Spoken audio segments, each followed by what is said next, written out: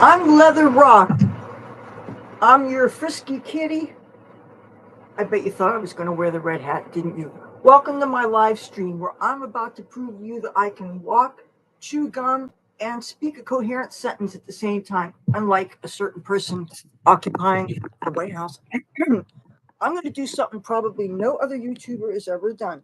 In a live stream, I'm both going to color my hair, I'm going to administer a self-COVID test. But the thing is, this takes 15 minutes, which is why I didn't do a single video about this. And I'm going to possibly inhale some wacky tobacco. So if you're under 18, please don't watch this. I'm doing this early. It is now 3:56 p.m. Eastern Standard Time.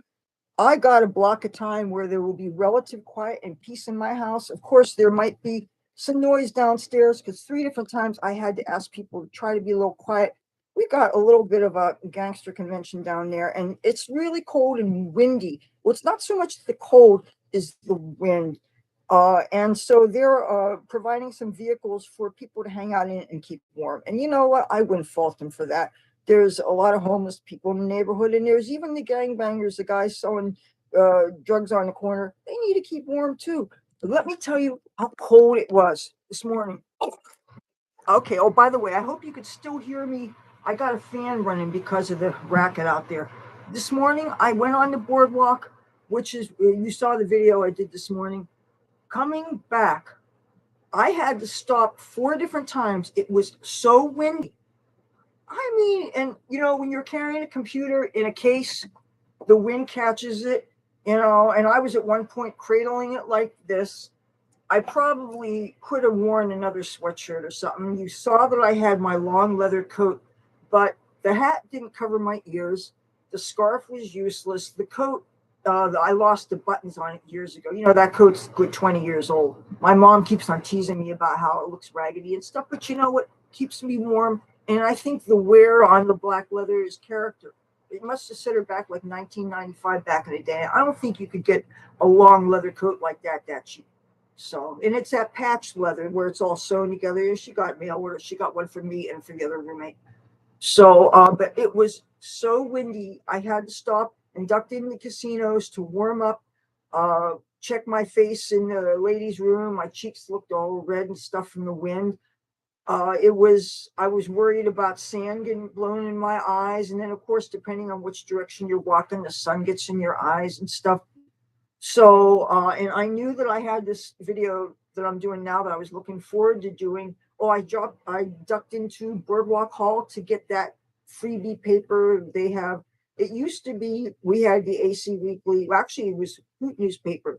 Then it became the AC Weekly, which, you know, all these weeklies of all these major metropolitan areas, they started off as knockoffs of the Village Voice in New York City, if you guys didn't know. There was some awesome. The Los Angeles version was just, I thought, so cool. So, I mean, it wasn't just full of ads of all the places, the restaurants and the clubs and all that stuff. It was really a lot of fun. It was an exciting, and it was a thick paper. And almost all these papers, though, they had an adult section in the very back that I was shocked that it was legal that they would publish these things, that they were prostitutes that would do, I guess, in-call and out-call and stuff. And I know very, very little about this world because it's something that I honestly, and I hope I'm not offending anybody, I honestly find it really troubling and repugnant. And it's something that I thank whatever there is to thank that I never felt I ever had to do it. But I have some friends who have, and I probably, you know, as a matter of fact, I know some people who do, and it's not my business, but it's something I couldn't do. But not only because it's dangerous and everything. I mean, I see so many sides to it from having been a stage dancer and things, and seeing, I knew a girl that had AIDS and she was doing it. And I was thinking, you know, how many people was she spreading diseases to? And I knew girls who, I'm thinking, what about their husbands and wives? And this affects more than just the two people involved in a transactional thing. And it's a complicated situation, but it's something that I never could stomach the idea of doing so. But I mean, I know all kinds of people, especially living around here. You're going to know all kinds of people. You know, since I came back here after 9/11, I never met so many junkies and crackheads in my life. And now it's becoming so commonplace that they're giving out fentanyl test strips. They sell these, and Narcan. They sell them for like $50 a kit elsewhere in the country. They give them away here free. They give cartons and cartons of them. They have them downstairs. All the churches have them. The Salvation Army has them. All the hospitals have them. It's saying something where there's such a concentration of a need in a community, so they have all these services available. There are places up. There's one street that has services for people that just got out of the joint. There's just, and these are needed. It's better having them here in town than having them on the mainland where you have to get on a bus. And that can be really a serious barrier and an inconvenience to people getting the things they need. Having things in walking distance is such a wonderful thing. And having great public transportation, which has always been a good thing about this town. Yes, I remember my rubber gloves. Oh, and Amir, if you ever show up today, I got a treat for you. My friend Amir, he likes to drop in the chat room, and he's always asking me about my 3M Aura NIOSH mask. I got it. If you drop in the chat room, I can put it on for you. Maybe you can do a little dance. So it is so windy, and that just makes it, because the temperature doesn't seem like it's that cold. I got the weather channel on my screen right now. Everything's muted, and it says 39 degrees. Now, let's see what happens when they say what the miles per hour is. And we're talking not just occasionally. There is some sustained gusts and some harder, and especially if you're passing by a tall building like the casinos. Can you imagine what it must be like at the ocean? I didn't go too far up. I just went to Bally's and always doing the roach hunt thing, but I didn't feel like going any further. I was going to go to resorts, but it was that uncomfortable.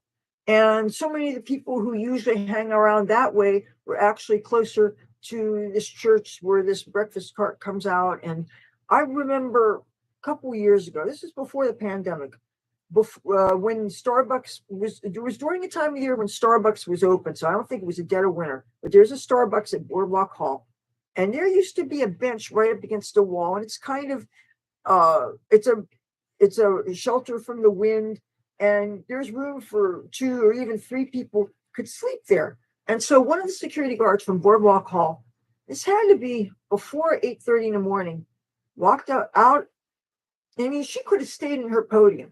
She walked out of the hall, outside, down the about 30, 35 feet, said, okay, rise and shine, clapped her hands. It was real obnoxious to these people. And it was cold. And why do you have to, especially when they were out of the way in this cubbyhole where nobody would have even seen them? See, that's the thing. If you know that people are getting out of the elements and they're not even visible, so the tourists aren't going to see them and think, oh my goodness, Atlantic City's a cesspool, look at all the bums. No, if people usually who need to be in the Underwood Hotel or sleeping in doorways or whatever, and I have been there, not here in New Jersey, but I have been there. Nobody wants to have their poverty on public display, except for those years in San Francisco where we were. It was like an all-night slumber party, and there was like 40 of us. But that was before it became the wall-to-wall tent cities, and the lawlessness seems to be going on in California now. I don't think, and I know it sounds cavalier when I say this, a lot of my homeless experience in California was fun. And yes, a lot of it was we were partying and stuff, and there was a freedom, and you knew when you know that there's food and you know that there's friends, and a place like San Francisco, there's weed. And plus I was still tweaking in those days. And of course, the LSD, you're hanging out with hippies. I definitely have hippie in my DNA. I don't regret the experiences, the friendships I made, the profound connections that I made with people, the poetry that I wrote. I was writing so much. It was San Francisco was an exciting time. And there was a lot of political activism. And yes, I was more liberal then than I am now, but I still had a lot of the same core values. Some of my civil rights things was the same, believing in LGBTQ rights. But I'm sure if I had known about the what was going on with women and girls sports, I'm sure I would take a sensible approach with that too. But it was a great time to be there. And I was lucky to be there when it was as safe as it could be to be there. I mean, I could only imagine the people that were around in the summer of love, 69, there, that must have really been something, But hey, I'm grateful that I was able to hear really great radio growing up. So, okay, what should I do first? I got the rubber gloves. I just poured myself some coffee, but you know what? I didn't put any sweetener in it yet. And I do not drink unsweet coffee. No way, no how. Yeah, let's put this someplace where it'll be protected. These are where I keep my sweetness and my chocolate. These are metal tins that used to have popcorn in them. When you live with mice, you can't have anything that they can chew through, so you got to protect all your food. And certain things you don't want to refrigerate, obviously, like sugar, sweet and low and sugar. I got a stash of chocolate. Somebody was giving out boxes of chocolate from there was nothing wrong with them except maybe they were Christmas merchandise. They were those what do you call them? The truffles. Lint truffles. Oh, milk chocolate. They're like melt in your mouth. I like to nibble just a little bit at a time and let it melt in my mouth and savor it. And I nibble a little bit more and I let it melt in my mouth. And so I take my time eating that one. And you can still go through a bag, but a little bit at a time. Yeah. I'll show you some. Ooh, my hands are so sore. Well, not both my hands, my left wrist. This is what I mean. I hope you guys aren't in any hurry. It is 4:07 p.m. I think there might be some good TV on later tonight. I had DVR'd. There's this guy. He has a talk show on the radio called Fox Across America, and his name is Jimmy Fallon. He's a comedian. He used to be a cab driver in New York City, and he has been for a while on our Fox News channel. And he just got his own night show, like a Saturday Night Live kind of, but not Saturday Night Live at all, just Saturday night, and it's comedy. And he seems like such a nice guy. And it's not a partisan show. It's not all slamming Dems. It's very even. They'll make fun of Donald Trump's spray tan, as well as they'll make fun of the fact that our president sometimes forgets things. Even though, hey, sometimes I look at myself, I'm saying, hey, I'm reminding myself of Ozzy Osbourne. I don't have any room to talk. Who hasn't had a Biden moment? Who hasn't walked into a room and forgotten what they went in there for? I sometimes I work with Alzheimer's, and he ended up with lung cancer and pancreatic cancer. Once it's pancreas, sorry, CFI. I miss my dad. Anyway, I also got a supply of these Dove milk chocolate molten lava flavored. They have real soft caramel in them. And anyway, this guy, my neighbor, or one of my neighbors, had a whole bunch of bags of them, and he doesn't eat them for whatever reason. And he said, "Do I want any?" And I said, "Do bears shit in the woods?" And I just, So anyway, I got those from him, and I got these from some grocery chain that was they donate food. The grocery chain's called ShopRite, and on Mondays and Thursdays, I think, if you stand in line, you can get groceries that are like a day past where they're supposed to be on the shelves or something. And they give away canned goods, they give away frozen pork, ground pork, they give away frozen ground beef, they give away all kinds of things. And if you're willing to stand out there in the sometimes elements and deal with the ass to elbows, unwashed masses, or actually, no, I shouldn't say that. I mean, I really shouldn't say that. There's all kinds of people who stand in line for free food, especially now that we've got all these new arrivals, thanks to the fact that we don't have doors in our house, which is the USA. Sorry, I don't think it's right that parents in New York City have to take their kids out of school so that the recent arrivals can go in school. I mean, what about protecting our own. You know, it's like we lock our doors. I imagine all you guys watching lock your doors, right? You wouldn't just say, "Oh, anybody, anybody, come on in." Even though this one might be a kleptomaniac, this one might be always thinking about their next fix. You have to. Matter of fact, I was just told that somebody had sticky fingers. Not a political person, somebody I know. So does anybody know what this cat refers to?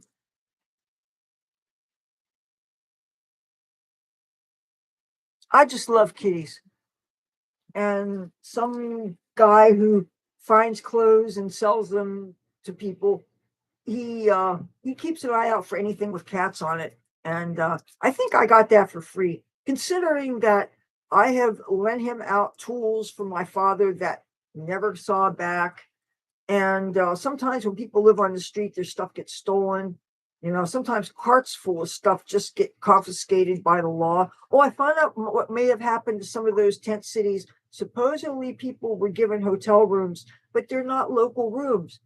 I mean, if I was sleeping under the boardwalk or camping out, and I'd usually be with people because, especially as a female, you feel safer in groups, or with like a group of gay men, which is often when I camped out in alleyways in San Francisco.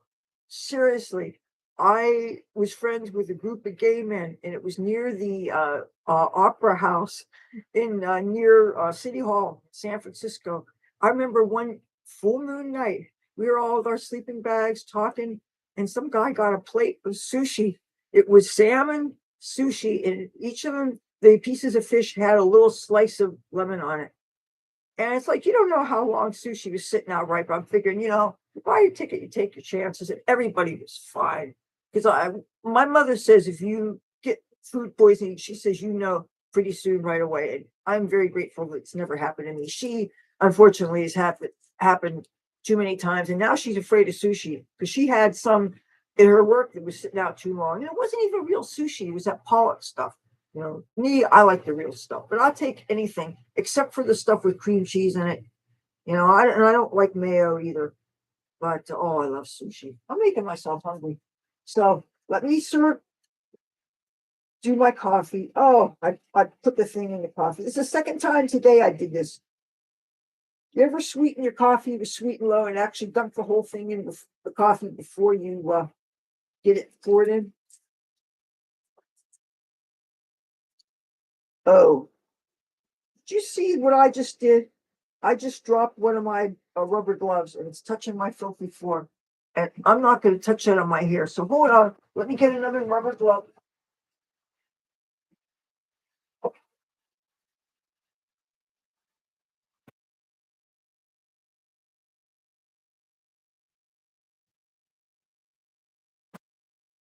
I'm back.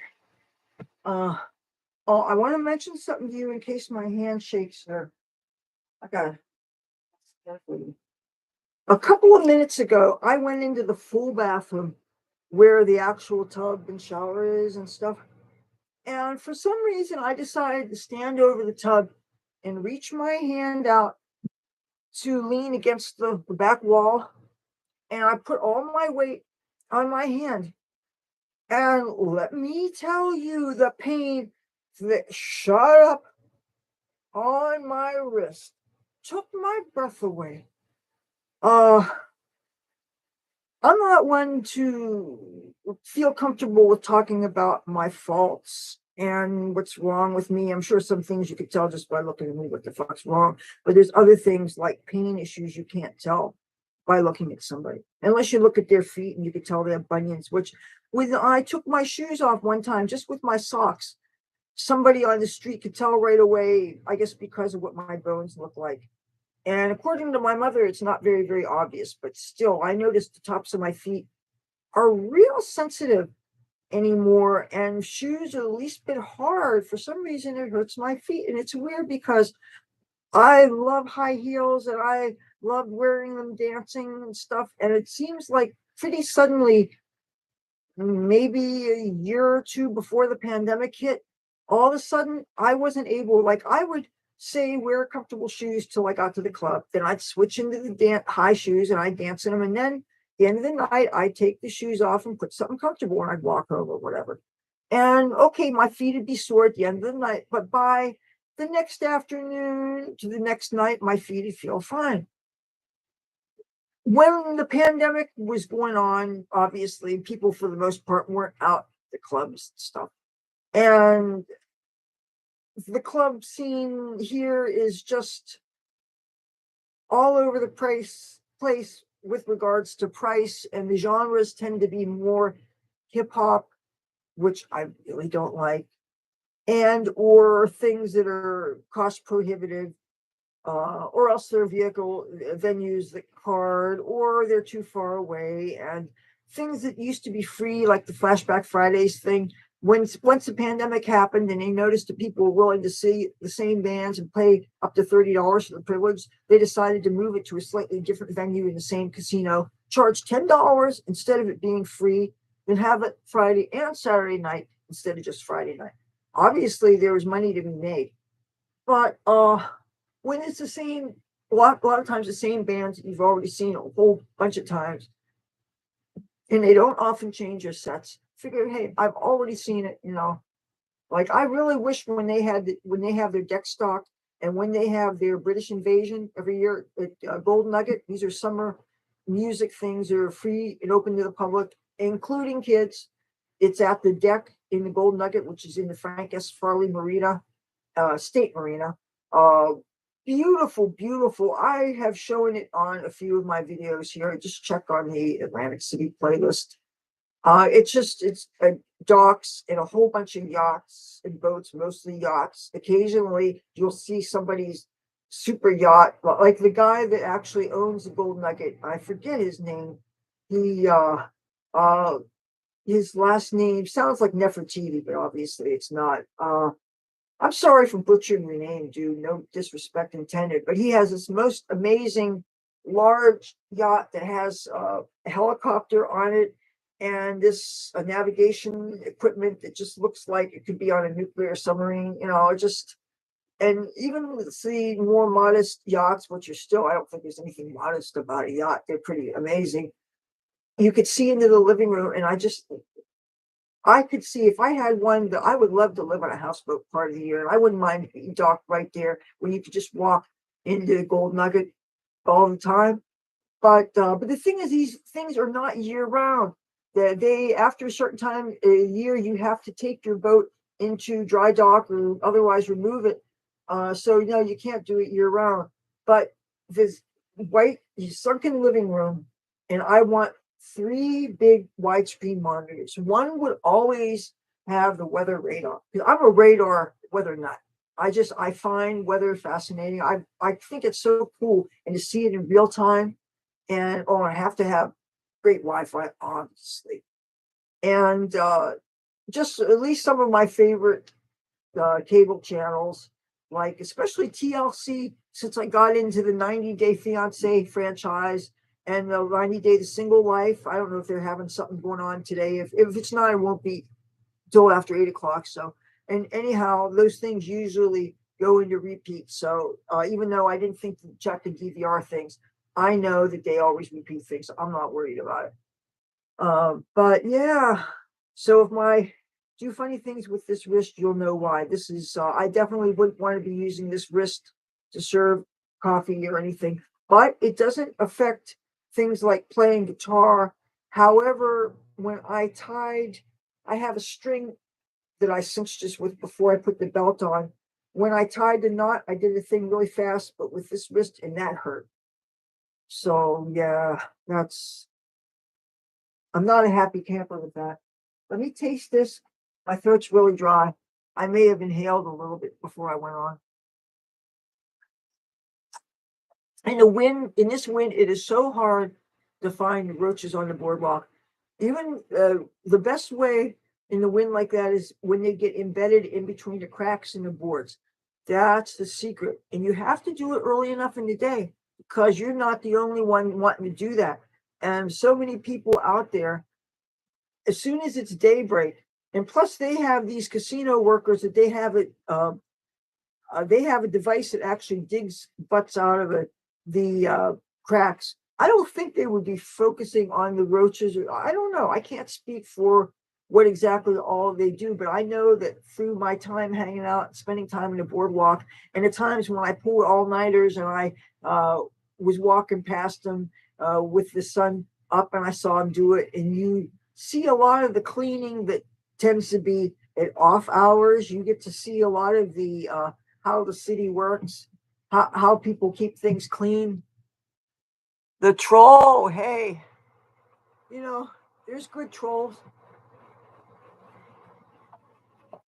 Thank you for checking out. Returning to my live stream.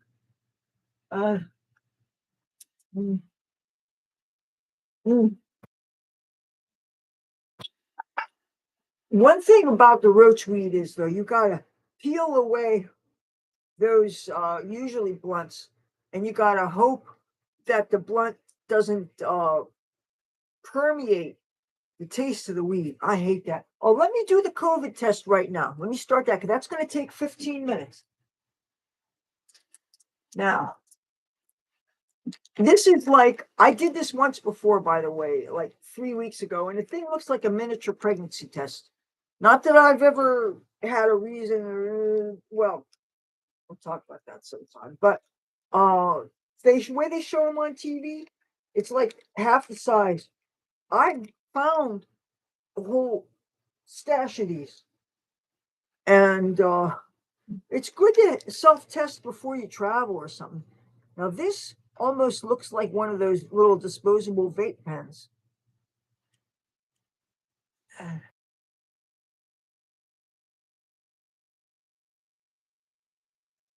Oh, is it upside down? Oh, here. Now, I'm pretty sure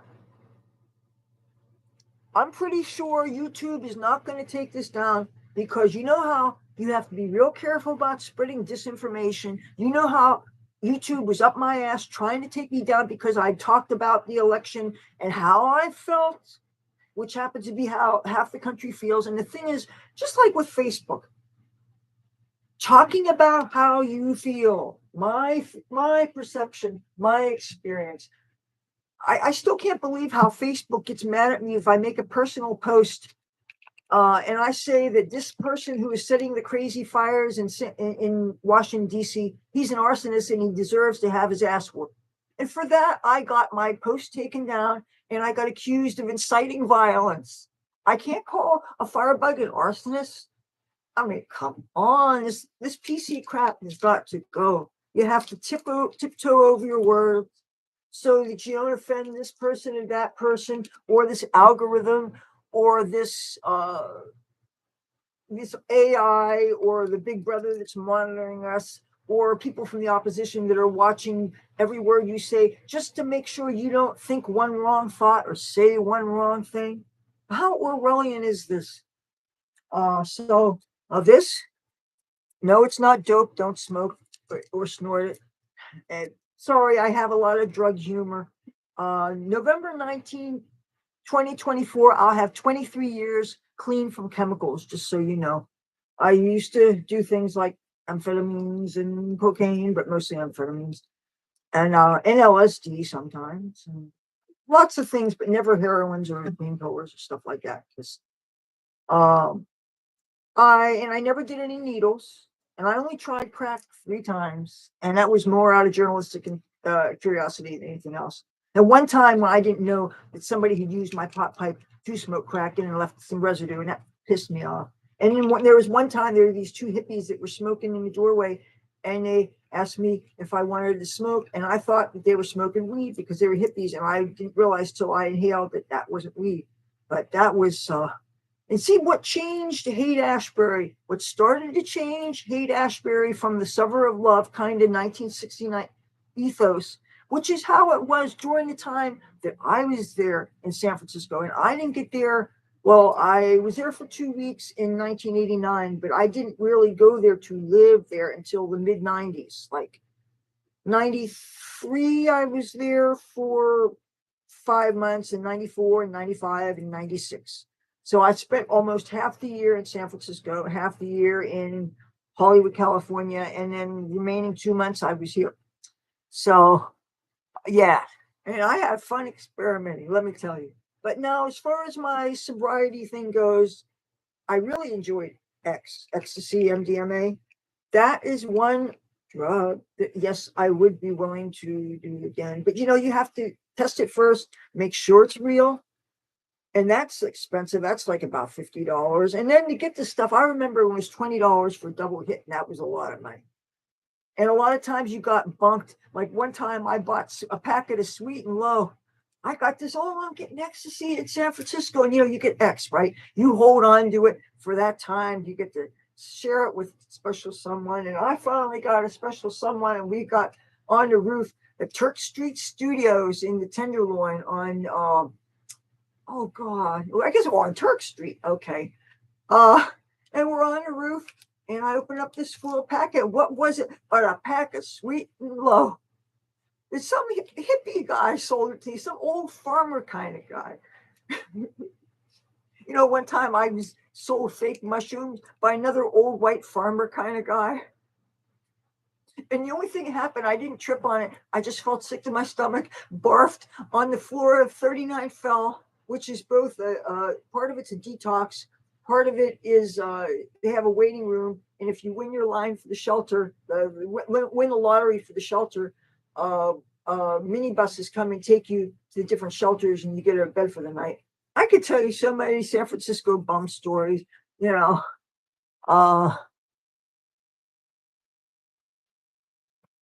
Hey, oregano in Washington Square. Oh, man. I got bitten by mosquitoes real bad in Washington Square Park one summer. I miss San Francisco. But it's a kind of town that, and I have friends who live there, and they are so busy working.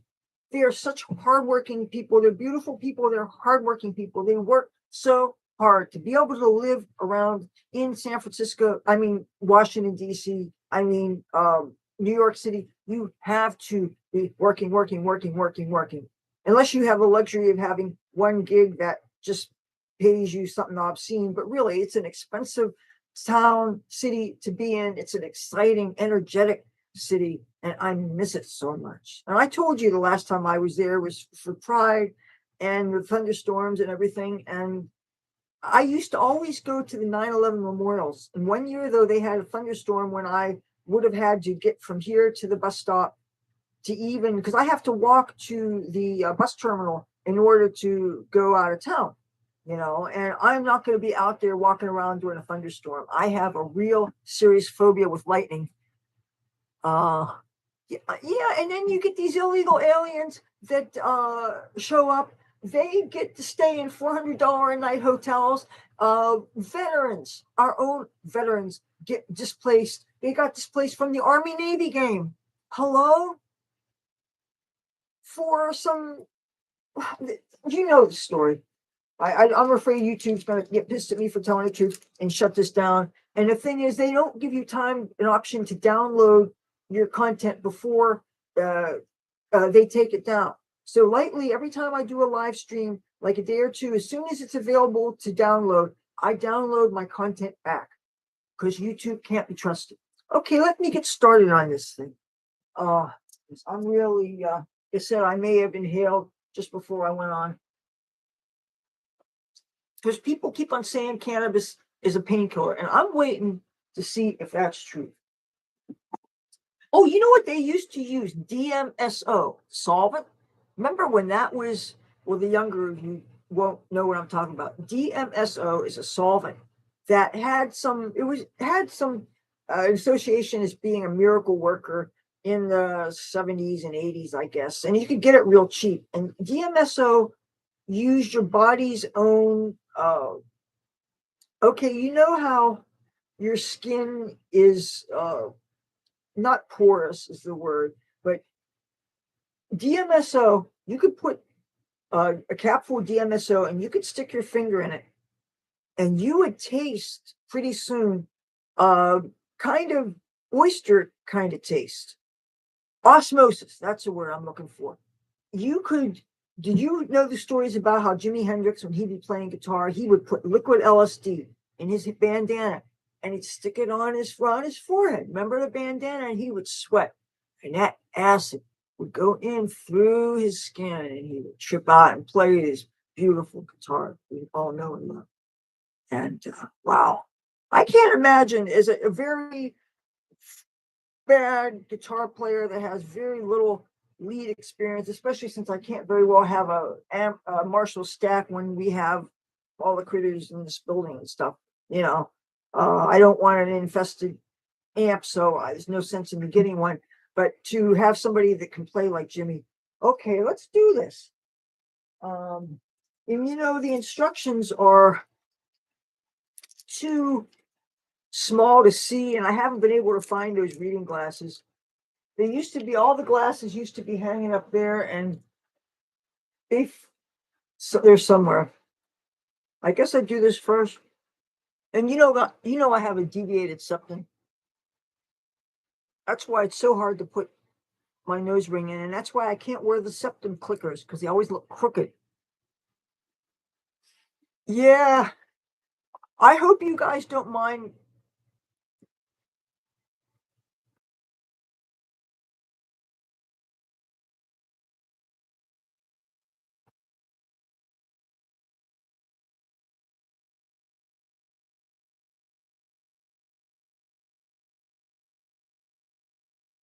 How far up I'm supposed to do this. I don't want to give myself a lobotomy.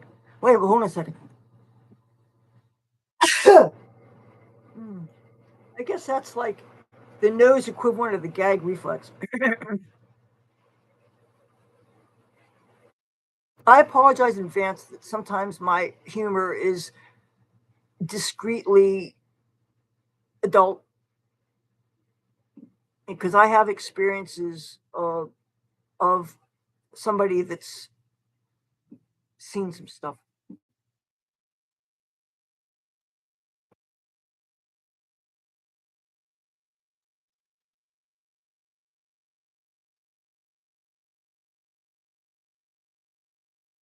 I don't think I should. I don't think I should have stuck it up anymore. I was afraid I was going to draw blood. Oh, yeah.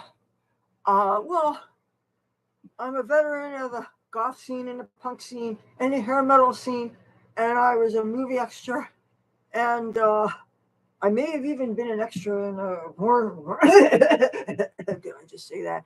And I've known porn stars, and I dated one who was also a hairdresser, and I wonder if he's still a paid dick. Oh, if anybody saw the Jimmy Fallon thing, he said dick on air. Because I noticed maybe you're not supposed to say it, because the second time he seemed to deliberately not say it. And when he does the radio show, which is called Fox Across America, they totally do a beep. So I wasn't sure exactly what he was going to say. I thought it was for ass, because usually when you think of somebody being rude, when he says, I don't care if you're a Democrat, I don't care if you're a Republican, just don't be I thought ass, like asshole. But no, apparently that was supposed to be dick. And since it was beeped, I didn't know that. So, but anyway, it was his first show. It was Saturday night, and I DVR'd it, and I watched it just before I went on this stream. And the reason why I'm bringing this up also, besides the fact that he seems like a nice guy and he's funny, and that was his very first of his new show. And it showed him in Times Square, where they had an ad for his new show behind him, and he was interviewing people. I'm thinking how exciting I would be if I found myself on Times Square and there was an ad for, say I went big mega YouTube famous, and I got picked up for Fox or Newsmax or something. But like if they went heavy metal, rock and roll, Newsmax, Fox News Channel, if they dare have somebody like me, which is absolutely what I was doing, emulating the Fox News anchors, doing the news commentary when YouTube started going up my ass with their, rules and regulations. And that's really how we content creators feel. I can't tell you how many of my fellow creators don't have shows anymore. Okay, I guess I'm supposed to do the liquid. No. Is that what this crap is? Or do I just Oh, I wiped this. See, the instructions were too small for me to read. I guess you wipe it on here. No, I'm just doing this. I have a crap load of COVID tests. I found a big stash of them, and I never tested, partly because I never thought I had any symptoms. I'm already prone to sinus issues. My whole family is. Aside from wanting to protect my mother, which is the only reason why I wasn't in Washington, D.C. January 6th, I was invited to be there. I knew I knew lots of people from other things in Washington, D.C., and I was supposed to be there. I had a ride there and everything. But because I had to stay here, I was thinking of my mother. We didn't have any vaccine at the time. I was afraid to be in any kind of crowds and risk bringing the virus home to my mother. So I stayed home. Plus, the people I live with said if you leave town, you're not welcome home.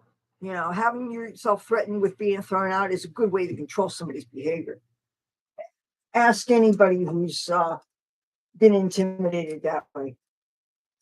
But anyway, because I am choosing to do all these interesting things in a live stream because, like I said in the beginning, I'm doing something I don't know if any other YouTubers ever done.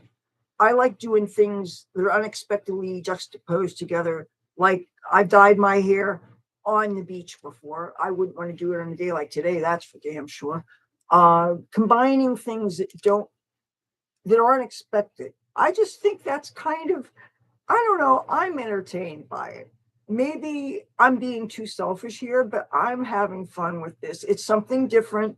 I've never been one to follow the crowd. I don't see the point of chasing trends, except every now and then, yes, all of us YouTubers will find something that we know is evergreen content, like holiday stuff, or there's something topical that, oh wow, I'm interested in this and this is hitting right now. And yes, you'd be stupid not to create content that references that. So, and occasionally that is very helpful. But like some of the things that have taken off for me recently, frankly, I don't know why they did. Like, why do you guys care about my New Year's Eve interesting, but not all that much thing? But yet that had what, over 2,000 hits. But hey, I'm grateful. Don't get me wrong. It just okay. So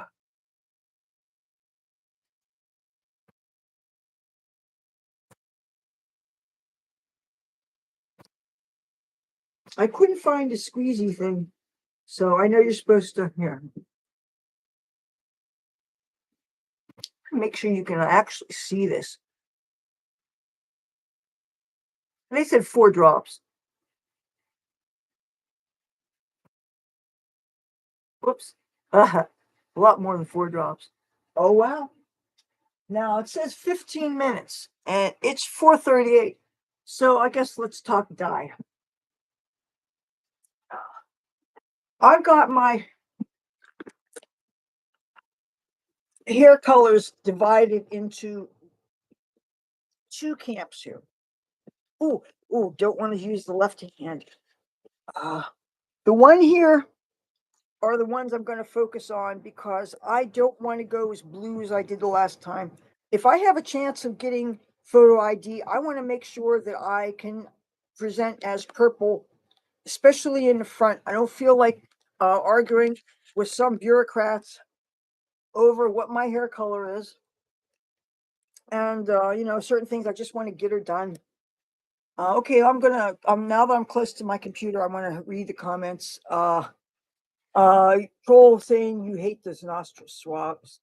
Um, well, I use swabs a lot of times to scratch the itches in my ears, but I hate those flexible ones. I like the hard ones, but they don't make the fuzzy part big enough.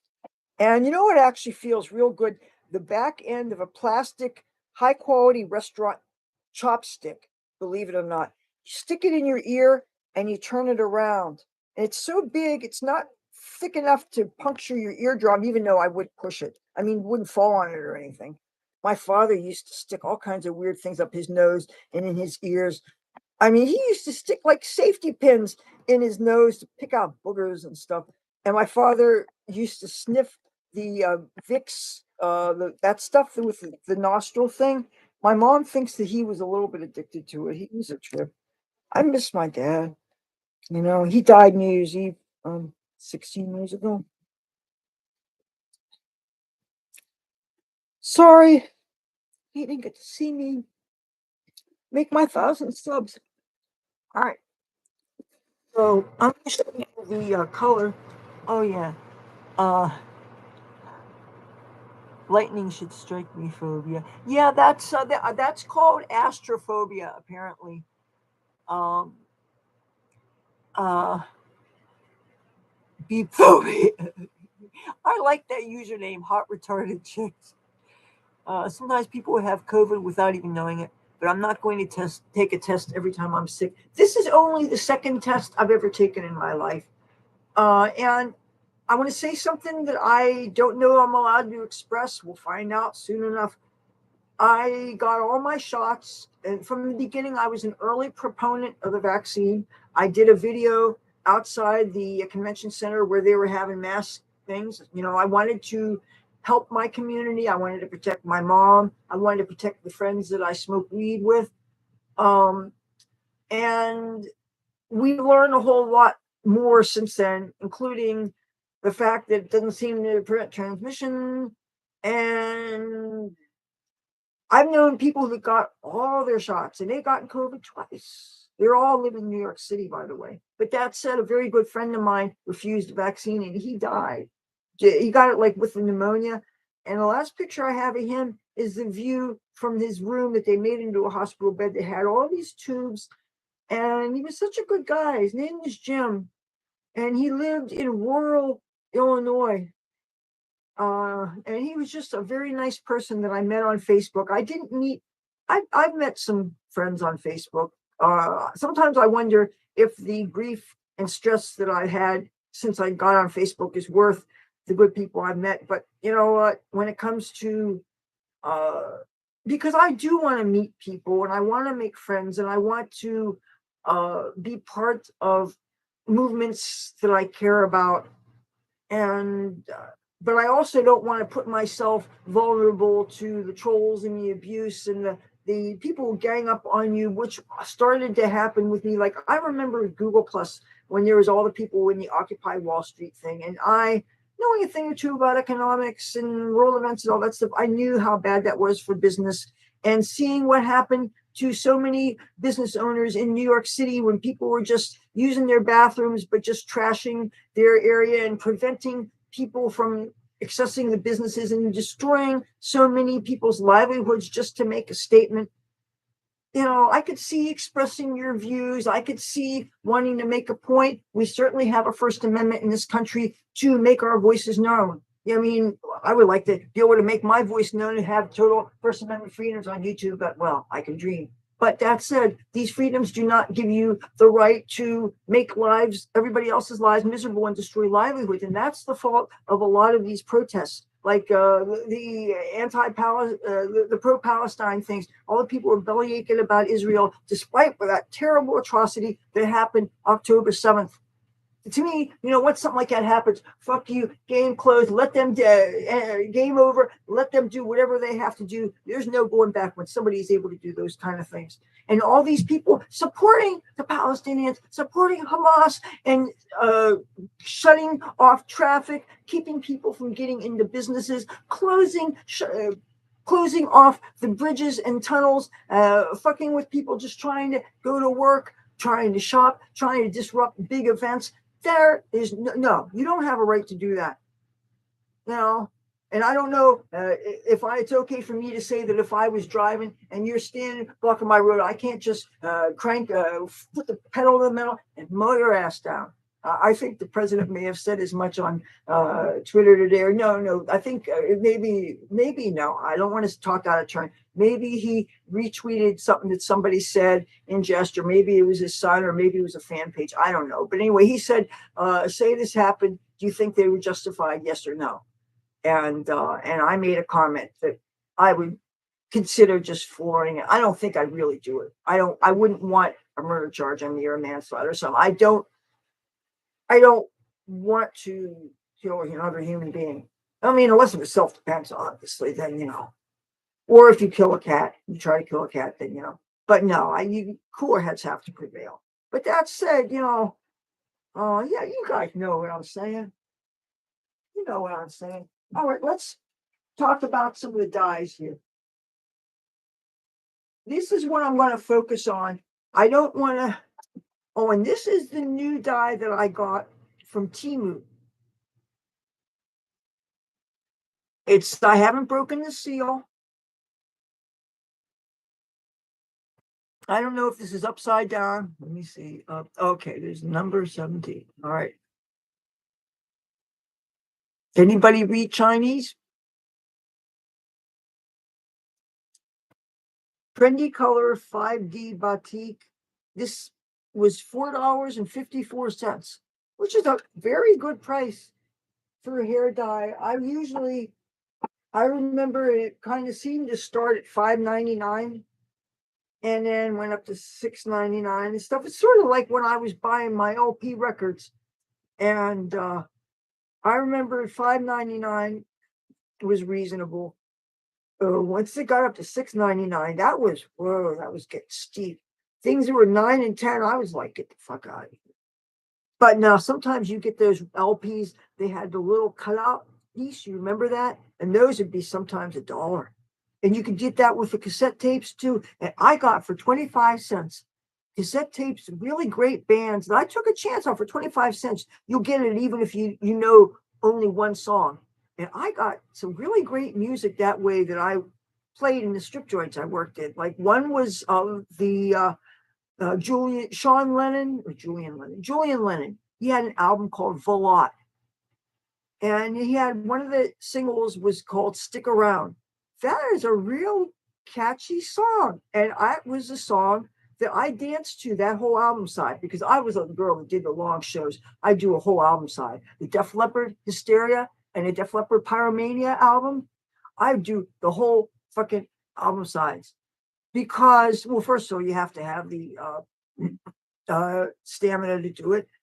And whether I could do it right now, you have to build up to be able to, for extended periods of time. I'd probably be huffing and puffing right now because I'm not doing 5 shows a day like I was in the day. But I certainly have the lean muscle mass kind of thing, even though back in the day, it was lean through chemistry.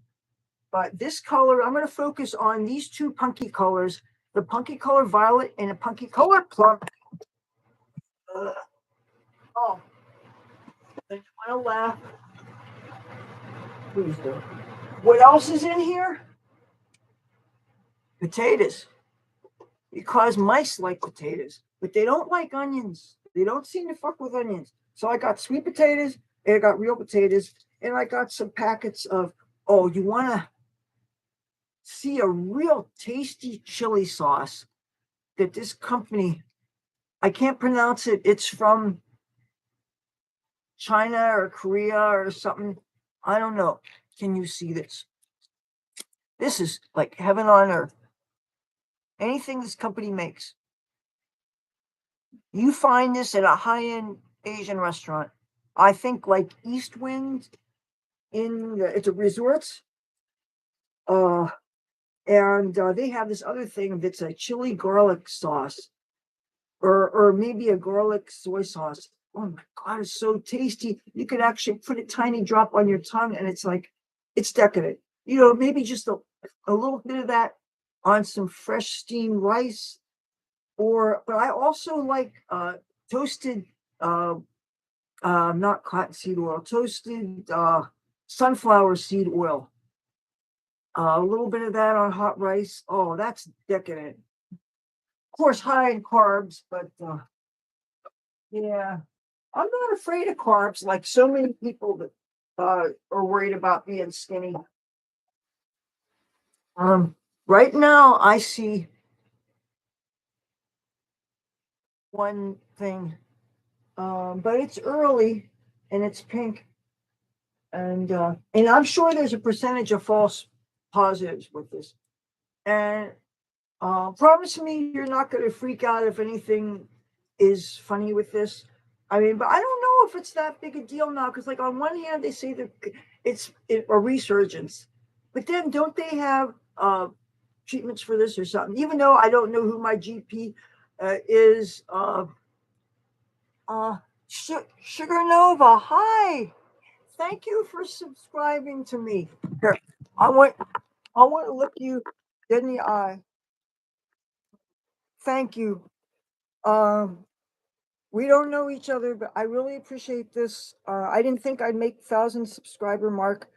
I guess I'm finding out what they say about YouTube is true. When you get more subscribers and more views, then YouTube does surface your content to more people. And um, I'm happy about it.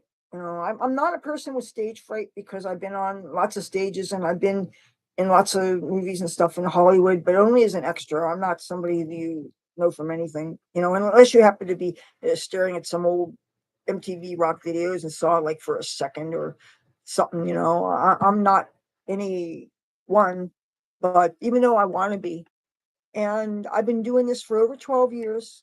And there's many times when I thought YouTube is going to take me down because they can target anything that we did. And I have over 800 videos, and they could say, "Oh, you said this wrong thing," and they take it down first, and they give you a chance to appeal it. But if it's a live stream, you don't probably have a copy of it. And so they've taken down so many of my things and they've given me strikes. And sometimes you can appeal them and sometimes they can put them back. Like one time they gave me a strike for a memorabilia show and tell I did, where I had all these presidential memorabilia going back to Jimmy Carter, things that my family had and stuff that I had collected once I started getting interested in the subject. And how the heck can that be disinformation? It was not. I wasn't talking about. I wasn't espousing any views. I was just showing off a bunch of stuff I acquired, and you know. And then yes, there are a few times when I know that I did blurt out things that you're forbidden to say, and I don't mean just fucking cunt and all these other things. Don't babysit your kids with my channel, please, unless you've already watched the thing first.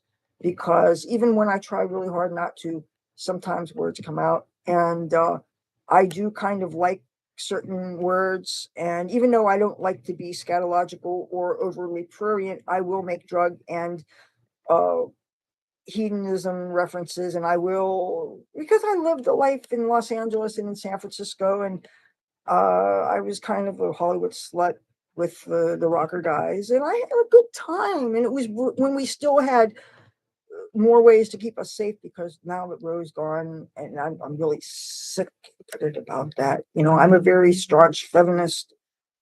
Even though sometimes I feel like I'm caught between generations because I'm a feminist that still doesn't mind if he wants to pay.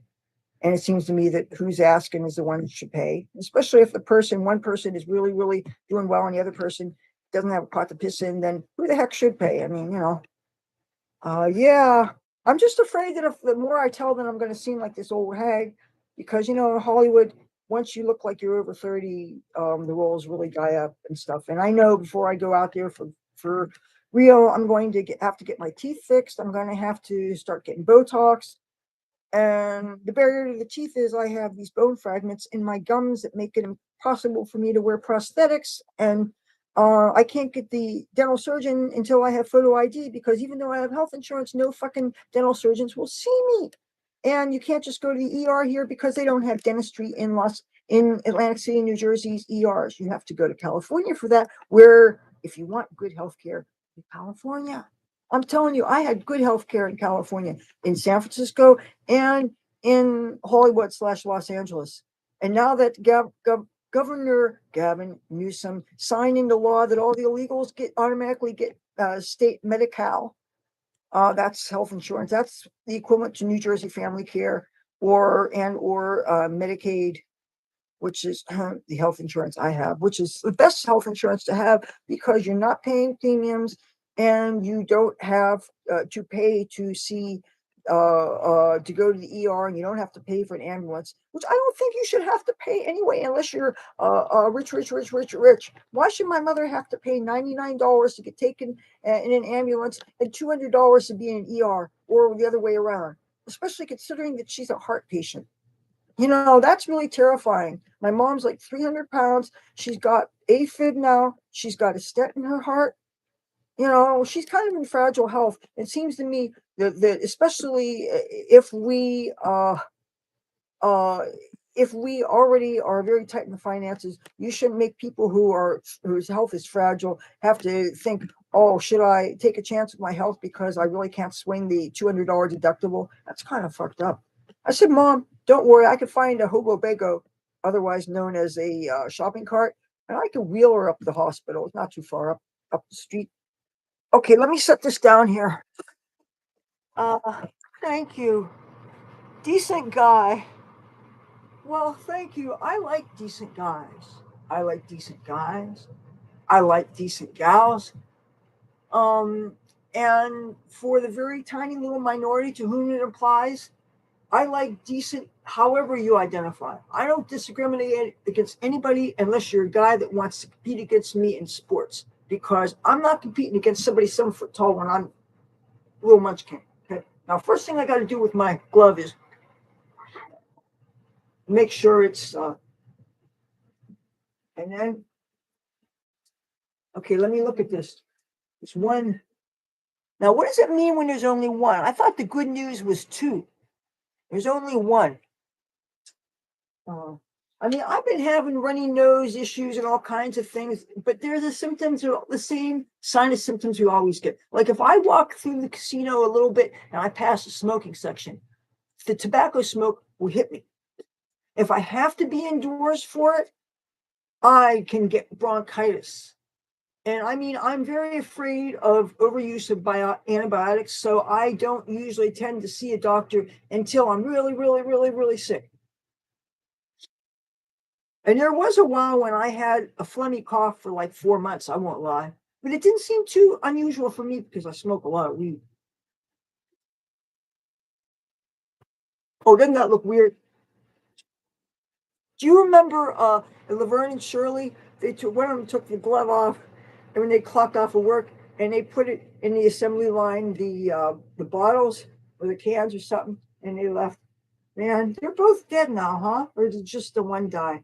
They were nice people. They said, I mean, I never met them, but the one, uh, not the Laverne one, but the Shirley one, that actress, she donated a hell of a lot of money to a medical clinic in Hollywood. One of them is the LA Free Clinic Children's Division, that, by the way, doesn't just treat children. They treated me for a while. I passed as 19 when I was a bit more than that, when I was on the street, just like Covenant House. They're a great organization. That's where I got my first HIV test. And no, I don't have it, but I got my first HIV test. I was on the streets in Hollywood, California, and my punk rock friends said, go to Covenant House. If they ask you your name, you asked your age, say you're 19. They bought it. And they had, well, when you're on the street and you're squatting, you're going to access the care. It's there. And I miss my friends, man. But okay, I'm gonna see what the lines mean. I can't find a paper. Okay, let's see if I can see this. Okay, this is just the disposable swabs.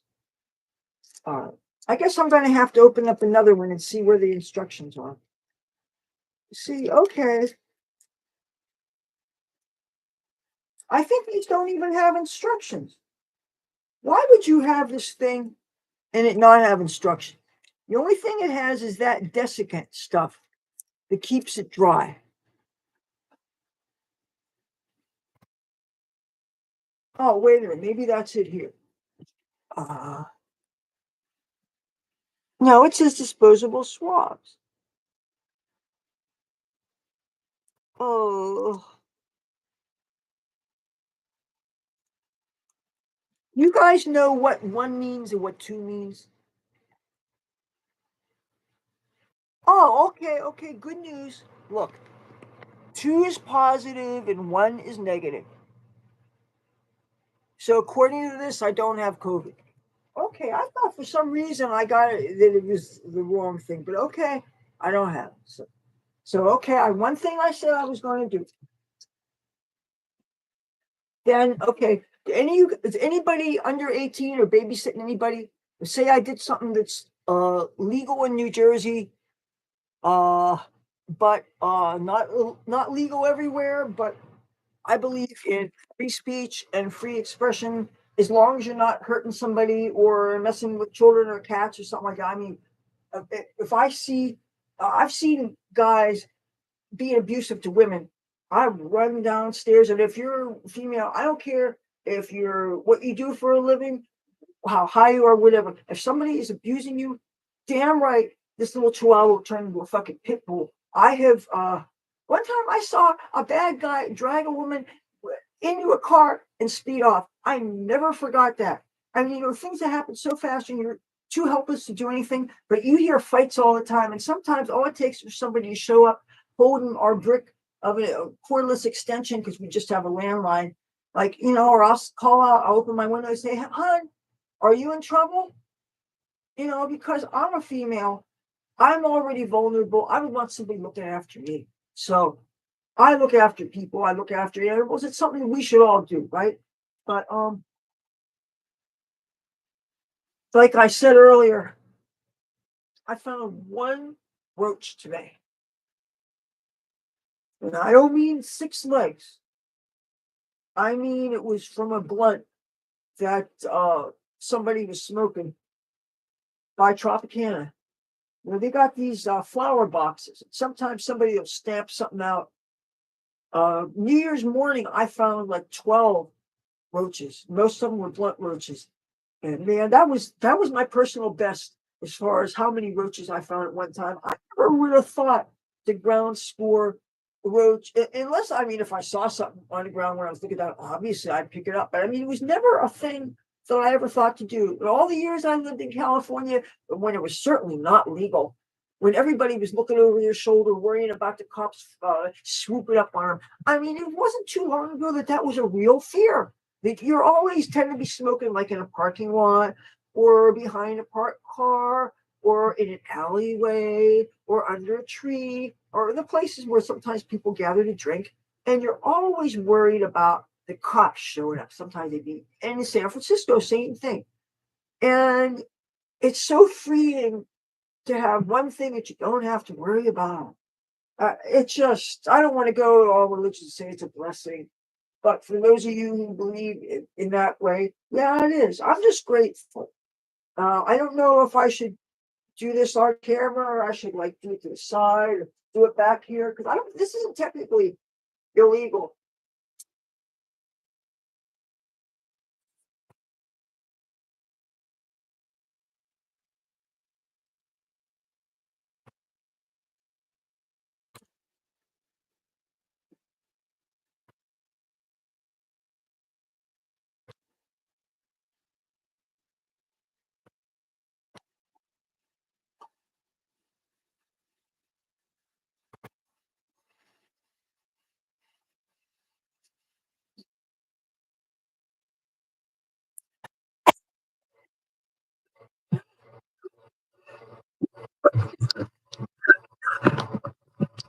I fall into the class of weed tuber. Is that still a thing? I used to subscribe to this chick that her shtick was smoking in public. I mean, not in public, smoking on camera. And she, um, what if it rained? I have gotten caught in that does suck when they're wet, and I hate it when the tobacco permeates the herb. Blunts don't even make any sense to me, honestly. Because I don't smoke tobacco. I mean, back in the day, I would occasionally take hits off of people's cigarettes when I was stressed, but I never smoked to the point of getting hooked. I smoked a little when I went to beauty school. I smoked a wee little bit when I was in high school, but I mean, I never bought a pack of cigarettes in my life. I'm sure I said talked about this when I talked about some of my old Atlantic City stories. My first job was at what is now Boardwalk Hall. It's the Atlantic City Convention Hall. It's, you know it from the Miss America pageant. If you ever watched the Miss America pageant, you know that building with a beautiful dome in it. Well, that's over there somewhere, and I film in front of it a lot. Well, during the Miss America pageant, they had cigarettes that were sponsors. One of them was Virginia Slims, and the other was Moore. And their cigarettes were largely marketed to women in the 70s, and they're these long, skinny cigarettes. The Moores were dark brown, and the Virginia Slims were white. Tiger, hold that tiger, hold that tiger, hold that tiger. Do I look fucked up? My mother thought when I showed her the footage, she said I looked like I was drunk, and you know I wasn't. You saw, was I good?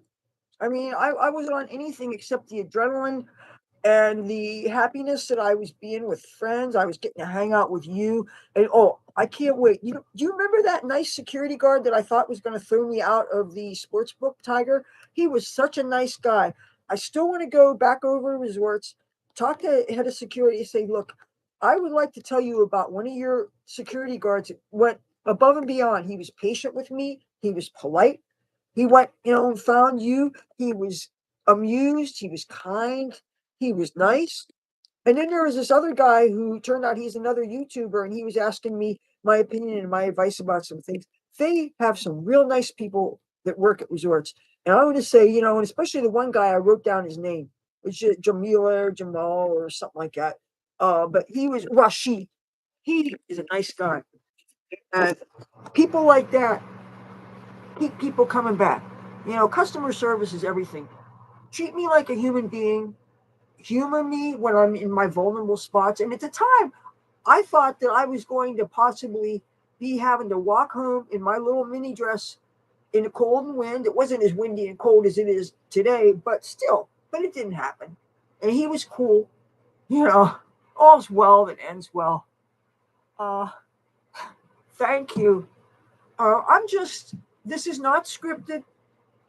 Sometimes I have bullet points that I'll reference because, after all, I do have a Hollywood showbiz background. But I am very much about. I'm trying to get more comfortable with improv. On my bucket list, I want to go to Las Vegas and I want to go to one of those open mic nights. I mean, that to me is the scariest thing to do in the world, is to go do stand up. And it's like, because you gotta be sharp. You can't have an Ozzy Osbourne or a Joe Biden moment. And I mean, and no disrespect to either one of them, but you know what? I've had too many times when things are off the tip of my tongue and I can't remember the name of a famous person or a basic thing. I'm thinking, what, am I getting Alzheimer's? Am I getting Lewy body dementia? Like, that stuff's no joke. My father ended up getting that too before he died, and it was like, I remember the day I walked in the living room, the other apartment, and my father thought I was my mom.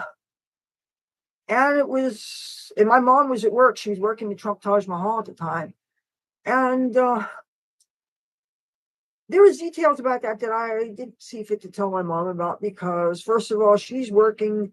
Her work is taking care of my father's health insurance, the finances, health care and stuff. And I being here instead of being in Los Angeles, which after 9/11 is how I came back to Atlantic City, I was able to be here and stay home, take care of my father while my mother worked on her casino job. And she worked there for like about 16 years until that union, which she did not even belong to, went on strike. And the thing is, the union, it was Local 54, Unite Here, and a bunch of other unions, they got most of their requests. I don't remember all the details of it, but I mean, I remember some real dirty things that were pool that was played, like members of the union, their people were actively calling conventioners and people to discourage them from coming to town and stuff, which just because I forget what it else demand they didn't get. But anyway, what ultimately happened is they went on strike and the place closed, and my mother was one of 3,000 some people that abruptly lost her jobs. It was right after Rod Stewart played. I got to see Boston. I got to see Rod Stewart.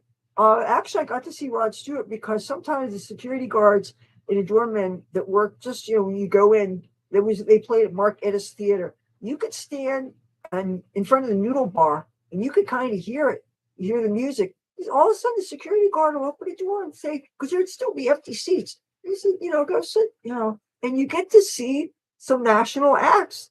And, and Rod Stewart still looked good wearing that, Rod Stewart's Rod Stewart. Even though he did a lot of things, when he started doing the Great American Songbook, I really am partial to the 70s Rod Stewart, the Rod Stewart with Faces, the Rod Stewart, the certain hits that were, Do You Think I'm Sexy? And the thing is, what bothered me about when he did that, he did it kind of different. He had a saxophone player that did things totally differently, and it just ruined it. I'm sorry. Am I wrong to say, as a fan, I would like to see you play things as close to note for note as possible? I want to hear what I heard on that record that I love, that I've been hearing since I was a little girl. Come on. Or not, in my case, a little girl. That was what? Seventh grade Catholic school. Yeah.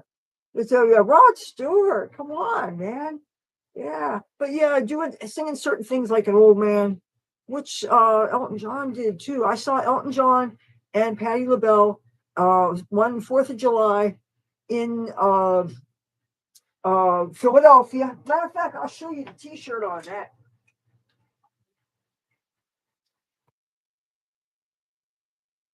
My Elton. Oh no, wrong shirt.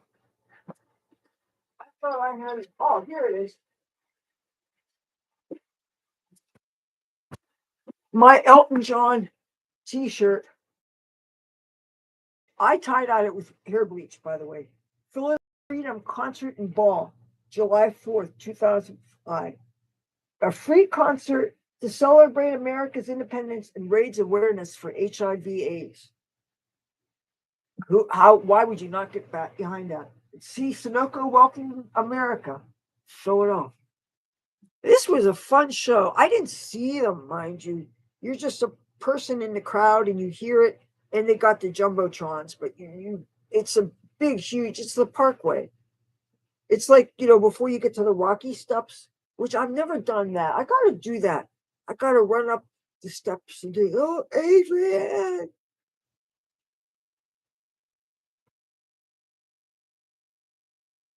Oh, can you even see it?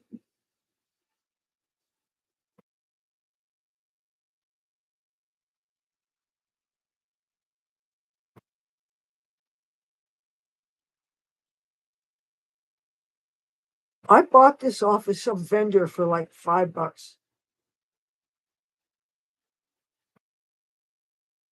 It has featured Sir Elton John, Patti LaBelle, Peter Nero and the Philly Pops, Rufus Wainwright, Brian Adams, Walter Cronkite, with co-hosts Bruce Vilanch and Wayne Brady, and special presenter Billie Jean King.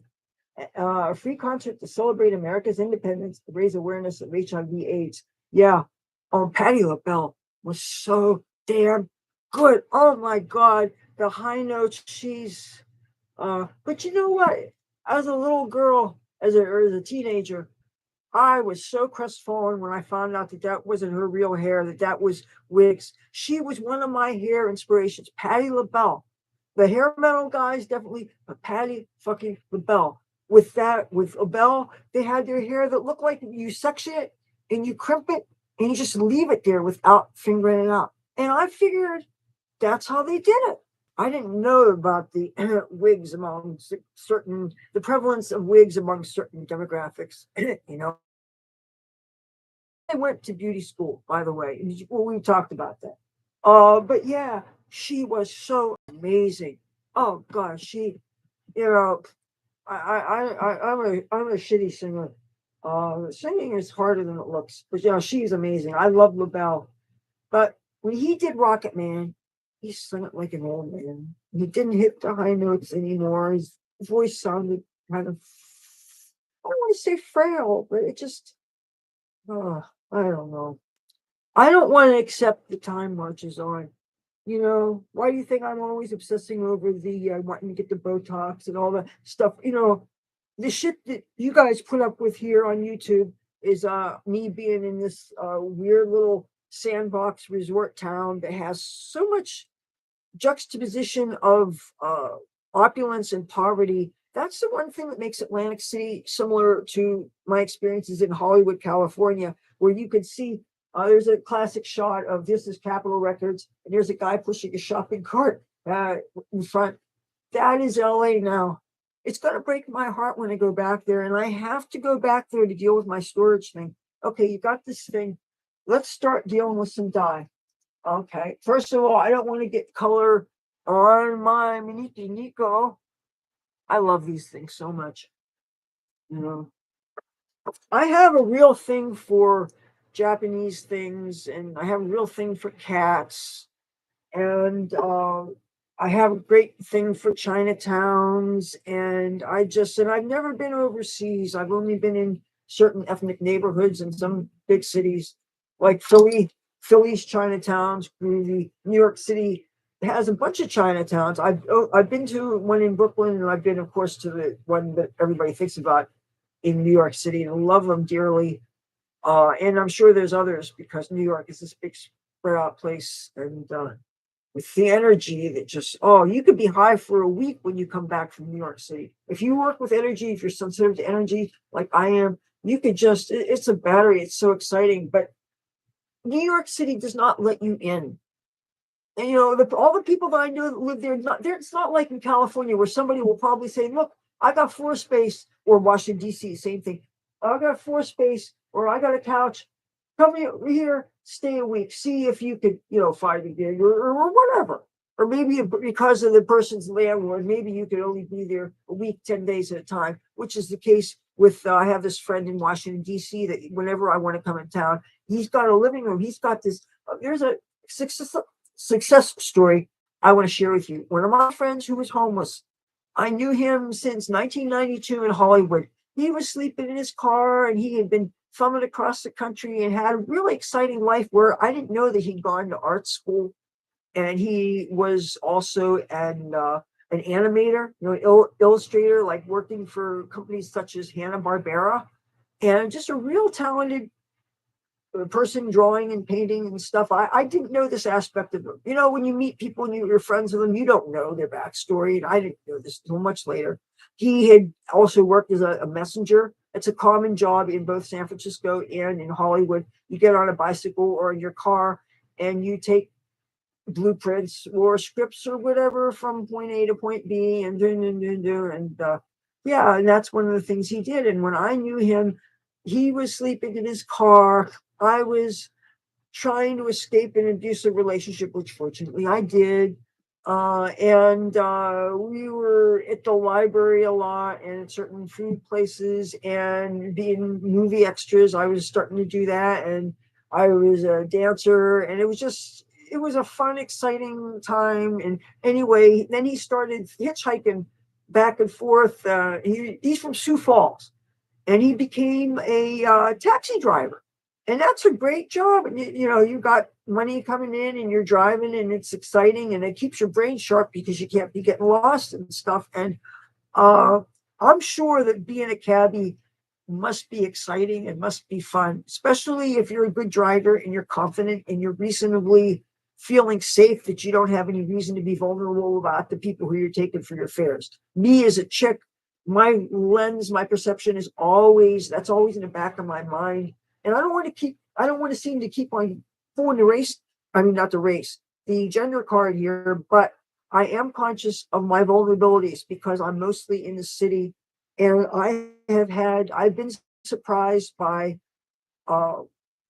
unpredictable things before, and I have experienced some violence in my life, and a lot of time it might not be any warning. Do you imagine getting ready to stick your key in your front door and being punched twice by two guys? That happened to me a couple of summers ago, and I don't want to talk about it now, but I did a video about it, and because it involves such aspects as race, I'm not going to mention it now. With guys were black, but it was just really weird. And now I kind of try to mind my business as far as a lot of the shit that's going on out there, unless they're being so noisy that I can't fucking film. This is my home studio. I can't afford to go pay how much an hour to go to XYZ bullshit studios. There is a studio space that I'm curious about that's on the boardwalk in Atlantic City It's called Axis One or something. I don't know. It's across from Caesars. Oh, I bet they're hella expensive. It has a set. You can put whatever your filming equipment is. It also has seating and stuff for a live studio audience. And it has a stage and stuff. So you could have, but I imagine that you could, instead of renting out this big, huge club thing, you could just have something small. Like, have you seen some of those talk shows that have studio audiences on Fox News Channel? The room is actually really small. It doesn't look like there might be more than 50 or 100 people there. And you can put them in. I've seen equity studios in Hollywood that really little rooms, and the stage is really small. And I'm trying to think of how many rows of seats, and they're kind of like on concrete steps, and it's kind of just a little bit curved, but it's almost like a little cube. That's how small this building was. And I forget what the name of the studio was, but the word equity is definitely in it. It was painted flat black. And it's on the corner of Hollywood and, okay, the street right past Vine. There's Vine.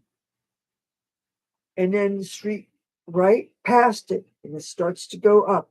And that is, yeah, just right. There's a parking lot, right? It's real close to the Pantages. If you guys know where the Pantages Theater is. So yes, I do have my stories. And yes, I want to make sure, you see, the great thing about my experience is I don't have to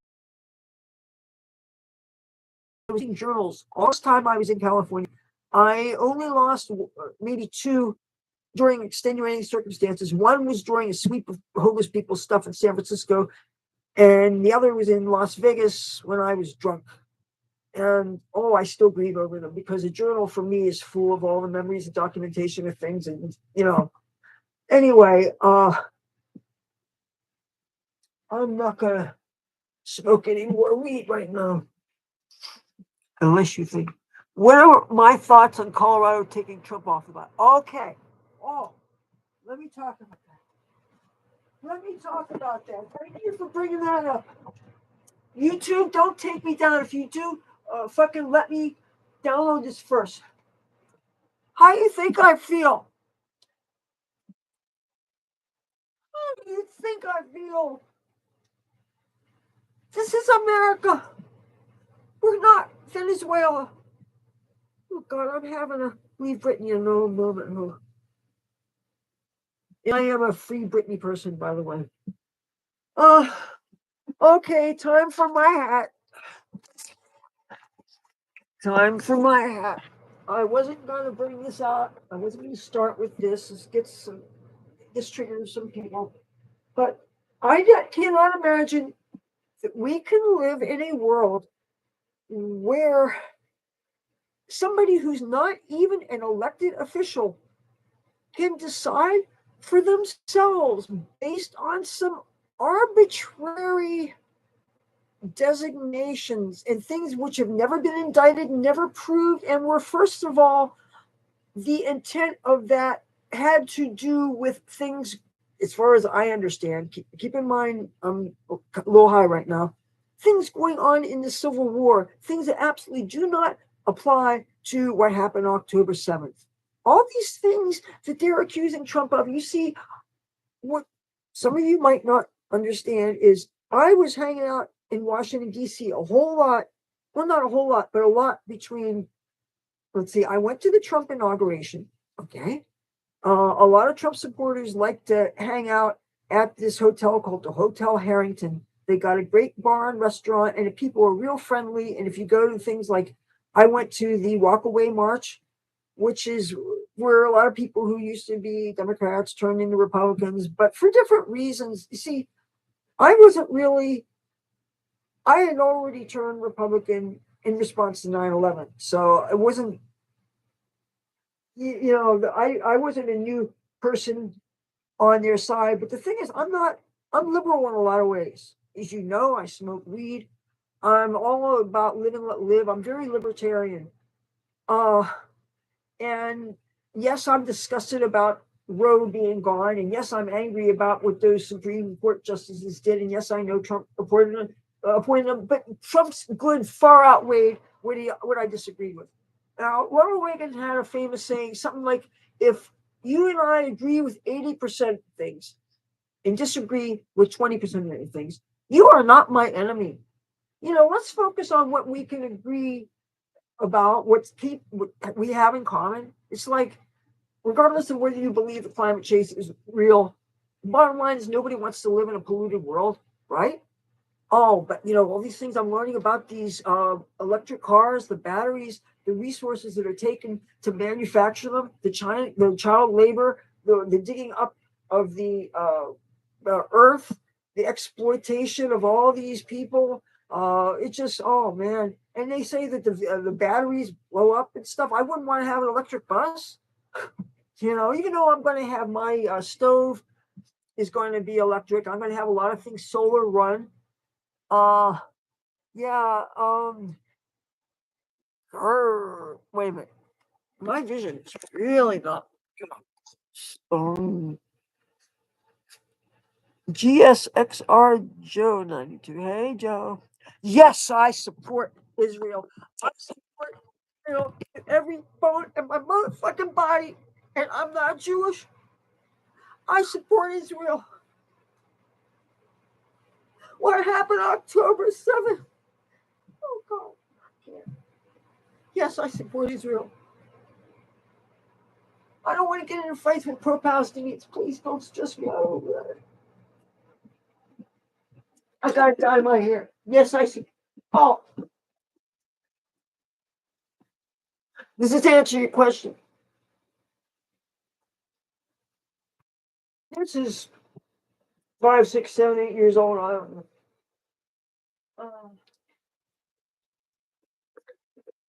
Let me get a tissue.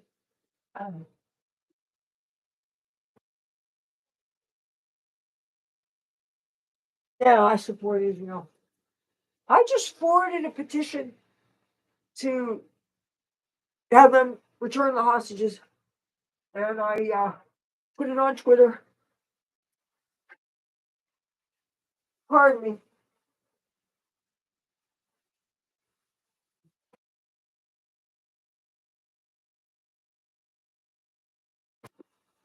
Yeah. Yeah. I already did the.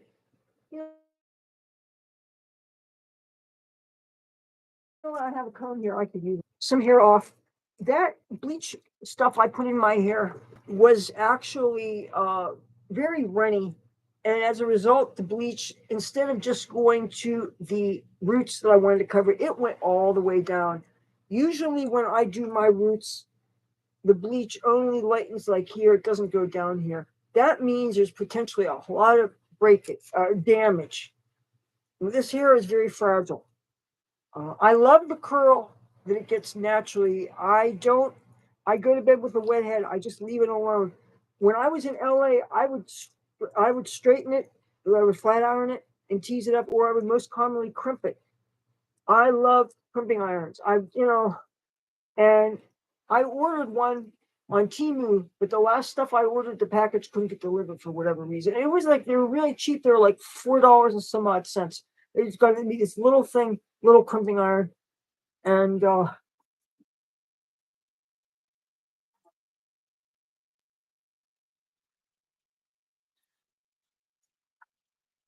hope our conversation doesn't get this flag.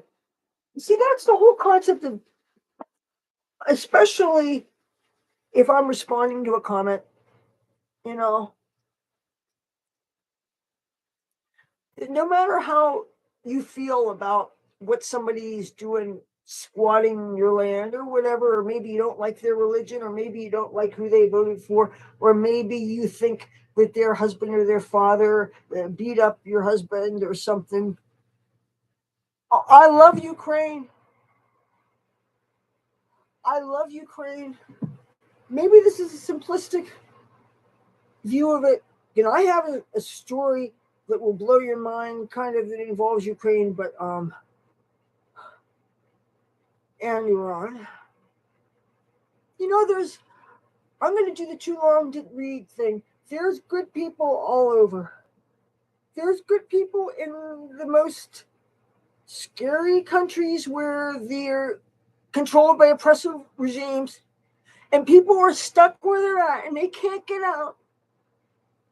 Lots of innocent Muslims and Christians and Jews and Buddhists and Hindus all over the world. Sometimes they're a minority where they're at.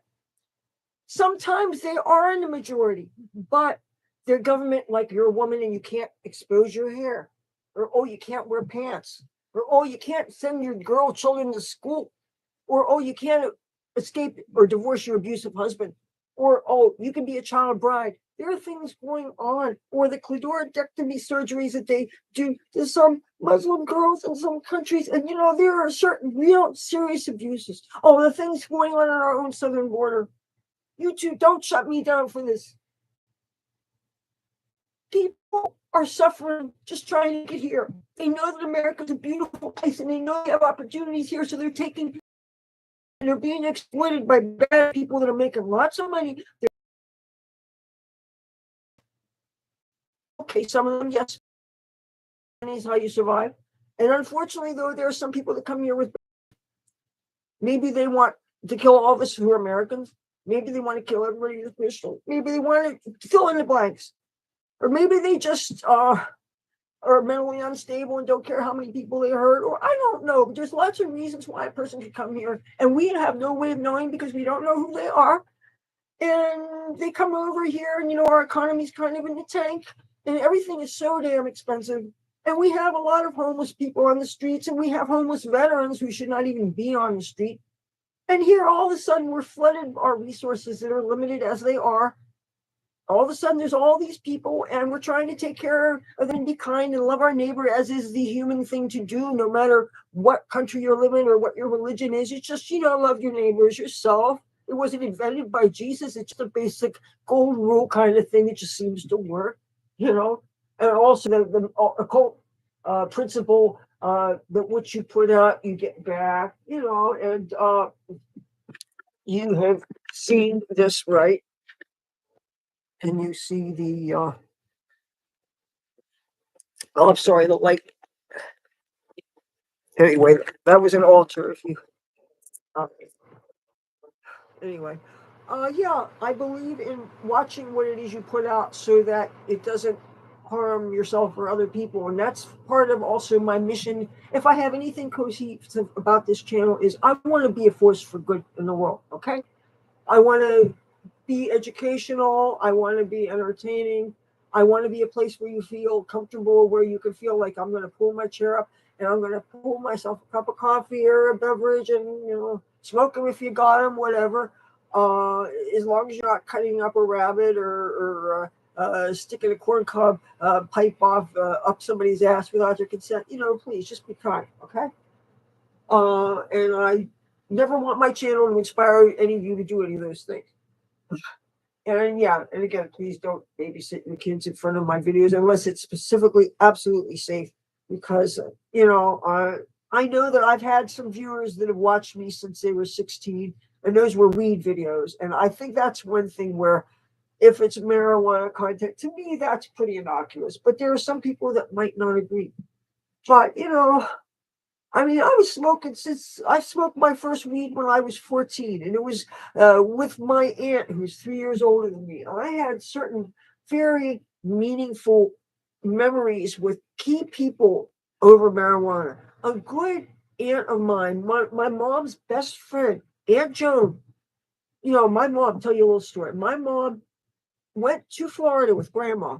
And during that time, they went on vacation for like 2 weeks. During that time, Aunt B passed away. Aunt B was a family friend who, when you're a little kid, these friends of your parents, you call them aunt and uncle. And these are people that lived on the street where my mom and dad lived when I was born. And they took my mother in as if she was a member of the family. So I grew up with this network of people that was like having family, even though my real family is in Pittsburgh, Pennsylvania, which is like 400 miles away. So it was just, growing up, it was just me, my mom and dad. My brother didn't come around until I was 8. So, if it wasn't for those good neighbors that were like family. They were as good as family to me. So anyway, Aunt B died. And so for the funeral and everything, well, we decided not to bother my mom and grandma until my mom enjoy her vacation. And when she come home, then we tell her. And so anyway, after the funeral, Aunt Joan and I were in my backyard on the street, not too far away from here, like about 3-4 blocks away. Tree line, nice street, not quite Mayberry RFD, but almost. It was really, in those days, it was really that nice. And with the school across the street. And we smoked a joint. And she seemed kind of like an old lady. I'm trying to think. Well, she was okay. She's a couple years older than my mother is now. And now my mom is an old lady. But my mother certainly didn't seem like an old lady to me at the time. But she always looked kind of older than my mother did, But because she was kind of fragile looking, real skinny. And she had that real white, beautiful white hair. And she liked to go to the tanning booth, so she was kind of bronzed, and she liked to get her nails done. And but anyway, to have somebody that seemed like they were a senior citizen, a real grown up, smoke a joint with you. And I was like 19 at the time, 18 or 19. But it was a real pivotal moment in my life to bond with somebody, a real grown up who was also a family. She wasn't just anybody. That was Aunt Joan. She died like 4 years ago of pneumonia. It wasn't COVID. But anyway, she was great. But yeah, I got some stories. Okay, so I'm trying to think if did you hear Gypsy Rose Blanchard? Gypsy Rose Blanchard.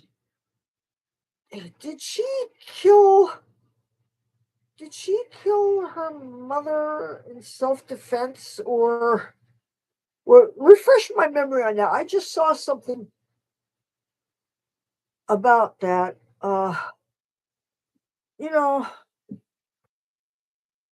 As much as I am repulsed by the idea of patricide, matricide, killing spouses, I saw I saw some of that Farrah Fawcett movie, The Burning Bed, and where she ended up killing her husband who had been abusing her. And I am a survivor and escaper of domestic violence myself. Wasn't to the point of fire or something like that, but I know what it's like to have to escape because some guys in this shit forgot. So yeah, you hear sometimes of somebody snapping and somebody, and then you find out that they've been maybe raping them for the past 30 years or stuff like that. Sure, go kill the son of a bitch. Come on. What do they say? I'd rather be judged by a jury of 12 than be carried by a group of 6. Oh, and I support the Second Amendment, by the way, even though I live in fucking Jersey, where we're rated F by the NRA. There's no reciprocal agreement. If you have a firearms permit, you can't just bring it into New Jersey. Do not get a felony by just bringing a gun. No, don't do it. Don't get caught. People get caught. Even though I have this one friend, idiot, who I don't know, one idiot who just nobody's stupid with guns like us. It gives the responsible people a bad name. And I'm not saying it to imply that I'm packing because I can't legally do it anyway, because like I said, I live in Jersey. Plus, they probably look at my videos and think I'm a nervous wreck and think she's too quickly to be allowed within 5 feet of one anyway. Which is a shame to judge that on a person, because I've been in indoor firing ranges before. It hasn't been for about 20 years, but yes, I know what it's like to operate them, and I respect them. I'm not that I'm afraid of them. I respect them, and they make me nervous, and I don't for 1 second ever think that I would ever be impulsive or rash or anything. If anything, okay, I'll tell you a story, and I hope I don't get in trouble for this, but this is true, because anytime I talk to you about my life, it's true, especially if I stop first and really think carefully how to practice. One time I had to escape a crazy roommate freakout situation where they literally were evicting me from my own apartment, and my stuff was bagged up and literally thrown in bags into the lobby of our hotel apartment thing. And I'm thinking, oh shit, what am I going to do? Because during the time that I lived in this particular apartment, which was on Wilcox and Yucca in Hollywood, I had accumulated a fair amount of stuff. This is why I have 2 storage units instead of 1. I accumulated a lot of books. I accumulated a lot of clothes. I accumulated a lot of rock and roll memorabilia, but especially uh, clothes and books and witchcraft supplies, because I had this really groovy my bedroom was a little walk-in closet that had 2 doors on it, and I had a little tiny table, and I had 2 milk crates that I wired together using the kind of wire that you attach the temporary no parking signs to utility poles. And those, by the way, make really great canvas. You just spackle in the holes and you paint on them or do whatever your art is. And then you attach a fan using the same kind of wire, and you plug that in because obviously this over time it gets hot and stuffy. And then you also have a radio plugged in. And that way, if your roommate's in the living room or whatever getting noisy, all you have to do is turn the radio on static, and that totally blocks out all the sound. You can do anything you want from the witchcraft stuff. Oh, and how it was set up was this little room. Imagine this. You come in. Okay, I had tape on one of the doors so the cigarette smoke from the living room wouldn't get in, right? So there's enough room here, and the bed starts here. Well, this foot of the bed, there is a pole like you would hang clothes, but there was a shelf above it that was perfect to set up an altar. And it was narrow enough that I could put my hand here, and it's like here. And there was enough room so that I used an arrowhead, was my favorite way of casting circle, because my clay that I didn't have made until later, I hadn't made this then. It's much longer. An arrowhead is much smaller. And I love arrowheads, and you find a lot of them in the Southwest. When I was crossing the country, I found, how is Jersey? That's complicated. I feel very stifled and restricted here, even though the fact that weed is legal is such a good thing. And some things are fun about living in Atlantic City, such as things being open 24 hours. It's good. Having the Wi-Fi on the boardwalk is great.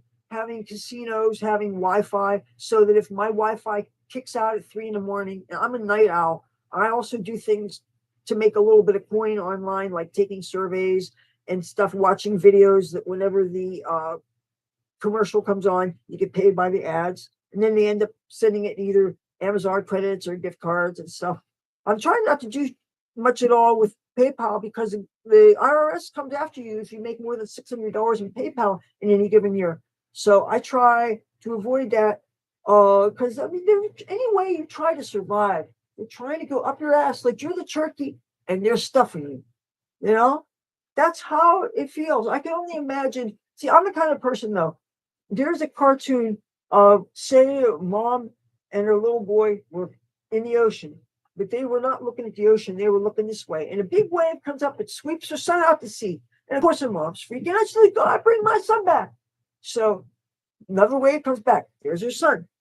And then she looks, she sees he doesn't have his hat on. She said, but God, he's missing the hat.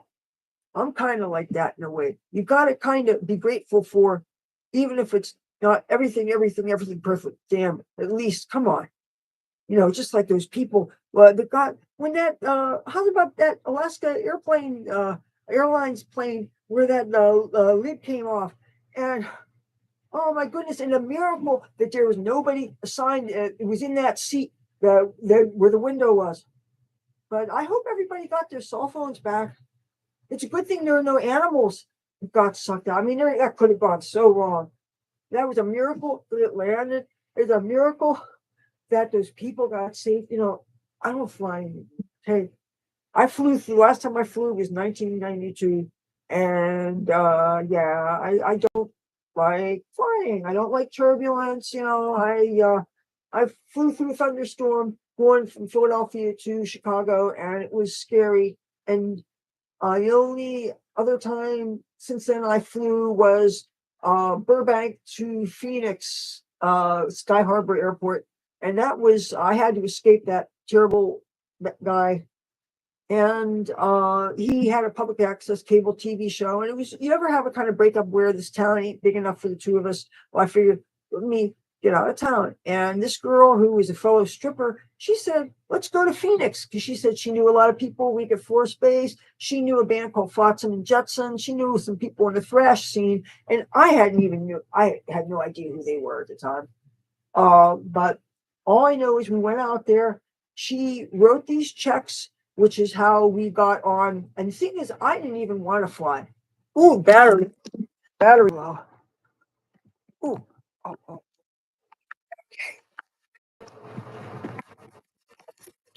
Okay, I'm plugged in. I got a low battery thing. She wrote these checks. We took the plane, and the plane gets you there. What you're up and down. If you take the Greyhound, which is what I wanted to do, it takes like 9 hours. And the thing is, she kind of intimidated me into just going along with the program. And at the time, of course, I was still drinking because it was 93. So I drank a couple Long Island iced teas, and she drank mudslides. And we got there, and we went, you're up and you're down and you're there. And I remember I was wearing a red dress. They had metal clasps all the way down. And of course, I set off the metal detector. This was not getting there. This was when I touched down, and I was in Sky Harbor Airport. And of course, what does anybody do but start to take them, undo them? And I did. And when I got to about here, they said, no, that's okay. And it was none of this frisking or anything because, of course, this was before 9/11. But that was the last time I was ever on a plane. I don't like turbulence. And of course, now that alcohol is not in my life, that's another reason not to fly. I got to find a place to set this computer. Thank you for still being here with me. I have stories. I thought I would have been starting on the hair dye now, but like I said, I'm going to be doing more than one thing with this. I enjoy talking with people and sharing stories and interacting and answering questions and learning from you. And I'm still hoping my friend Amir shows up. Amir Udin, who loves me with the Naya Aura mask. I have it. I hate it when people ask me to show them something and I don't have it handy, because I've been doing a lot of packing up of my clothes and stuff. And I pack them up and I put them in the next room. Oh, I find out the roof did leak a couple days ago, but all the way to the other end. So we had to make a message for the landlord about that. Oh, this is what I should have used yesterday when I did the hair dye. I didn't uh measure the stuff out. Plus, maybe if I'd have used the a creamy peroxide instead of the clear peroxide, that makes a difference in the consistency, because the clear peroxide is more like liquid peroxide you put on a cut, whereas a creamy peroxide is more like if you add cornstarch to things. It's a thickening and makes it run less. And it ran, And so, but the great thing about these dyes is they all are mostly conditioners and vegetable based dyes, so they don't harm the hair. That's the great thing. You know what? This is the best place for me to have this anyway, because the light's better and I'm up against the wall and plugged in there. Now let me get this in here. Aren't these cool? I got them on wish.com, and the other one, their pillow. And this I got on wish.com. Uh, for so long, I put these away. I was really depressed because I thought, well, YouTube is, or the process is shutting me down. And you know what's the worst thing for me about the threat of being shut down off of YouTube? YouTube is owned by Google now. Oh, excuse me. I need to get it to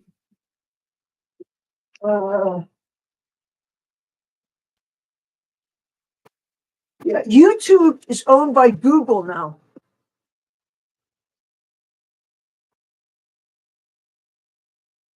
is the world's largest English-speaking search engine, or even, well, it's not just English-speaking. Google's other languages too. But if you are taken off of what Google owns, you are removed, in essence, from what's sometimes a monopoly.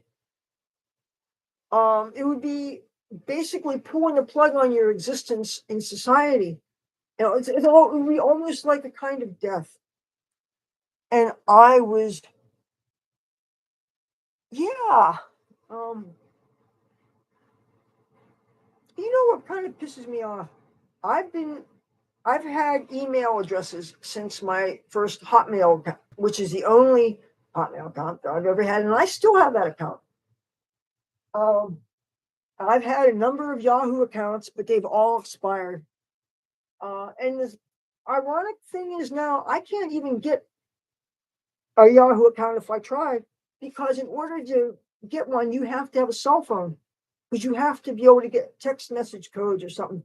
And it's like, there's lots of people who don't need cell phone technology. If you have a family landline and you use computers and tablets and stuff like that, there are so many things that I can't do, though, because I don't use cell phones. I can't use Snapchat. Well, I don't know that I want to do something like that anyway. The whole idea of things erasing just seems creepy, almost like I'm doing something really nefarious, maybe trying to overthrow the government, and I want the message to disappear after a while. It seems like it's a very dangerous thing that maybe shouldn't exist, if you ask me. Or maybe it's just there's too many ways to abuse, and I think that's dangerous in these kind of times we're living in. Kind of like invisible ink, and this AI stuff, that makes me nervous. And what it's doing, actors are nervous about it, and the deep fake stuff and everything. If you want your old photos and photo.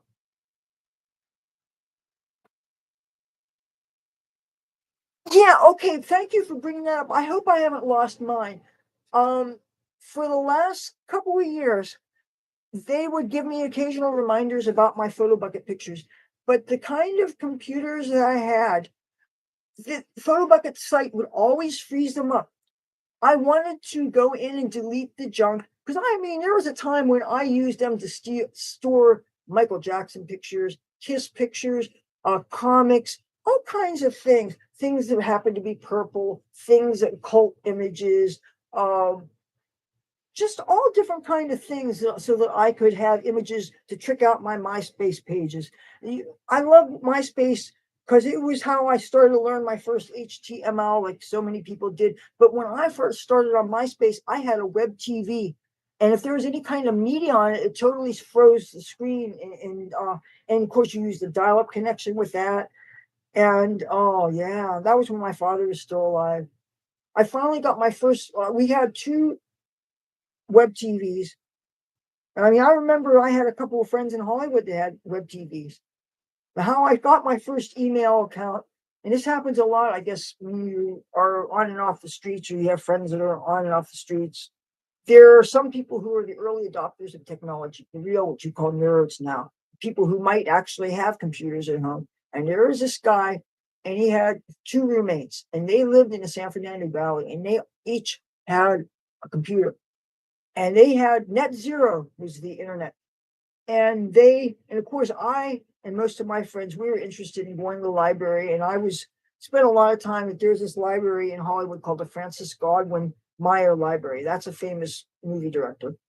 And it's on Ivar Avenue near the Ivar Theater, where I danced to Hoochie Coo. Oh, Hollywood's such a special place. But Ivar Library, as we called it, was a really great place, because it was also a place where the homeless people could hang out. There was lots of comfortable chairs. They would even tolerate some sleeping, as long as you weren't rude and stuff. And not that I ever did anything like that, but there were people that really kind of treated it like it was their own living room and stuff. And but you couldn't do things like eat and stuff. And it was silent. There was none of this talking like is rampant in Atlantic City's libraries. When you ask how Jersey is, they're not quiet in the library. Unless you go to Linwood's library, where it's classy there, and where they don't even give you a time limit on a computer. The last time I was there was like 6 or 7 computers there, and like I was the only person at them. The last time, though, I was at the Linwood Library. I had this friend named John John Patrick. He was a good guy. He was a very nice person, and he loved my cat, Tabby Boy. This is before I got Cassie, but John liked to drink, and sometimes he slept on the other side of the sand dunes. He prided himself in being half Irish and half Native American. I think he was half Cherokee, and he loved both parts of his heritage. And he spoke with an Irish brogue. He sounded Scottish, and he was a very, very nice person. And his family was real nice, and his family lived in Brantine. Like it was, I think, his brother or his brother's wife, or I don't know. But anyway, and they had a party house, and occasionally I'd be invited over and stuff. That's how I discovered dubstep and some of that techno music and stuff. And now I really love, as much as I avoid current music because I'm a metalhead and I'm a rocker and a classic rocker and certain things. I'm working on my own music, and I don't want current music to interfere with the music that's already going around in my head. I don't mind stuff from the day or stuff from 70s, 80s. Maybe a few things that are really quality rock now that I've accidentally heard, like Greta Van Fleet is an excellent band. They've been compared to Led Zeppelin, which, yes, I kind of thought that the first time I heard it. But there's a paradox there. On one hand, you can't expect current bands to carry on the torch of the music that we all know and love. If, say, you love the hair metal bands of the 80s, the rock scene stuff that I lived through in Los Angeles, but that I witnessed get killed by grunge. When the Seattle scene happened, that put the stop to the hair metal movement, because all of a sudden it wasn't how good you looked with the makeup and the big hair. What do they say in Texas? The higher the hair, the closer to God. Once the grunge happened, and don't get me wrong, it's not that I don't think Nirvana did some great stuff, and Soundgarden, oh my God, that guy could sing. But once it came image-wise, you're wearing plaid shirts, then if it's a good thing they had long hair, but other than that, where's the Fleetwood Mac? I like Fleetwood Mac.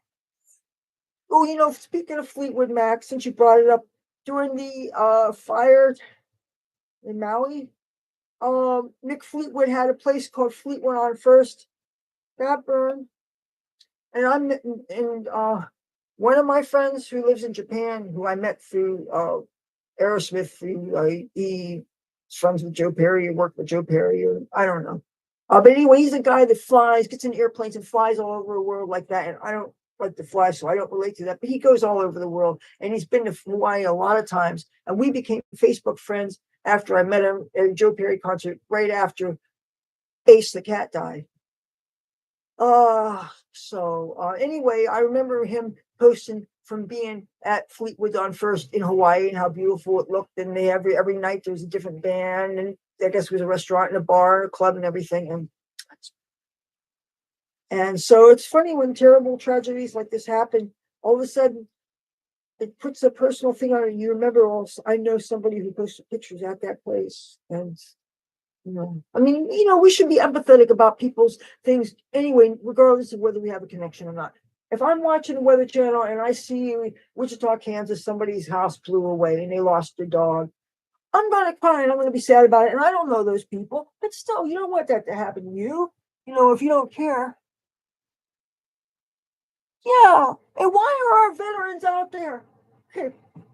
I have a friend who's 92 years old now. His name is Sal.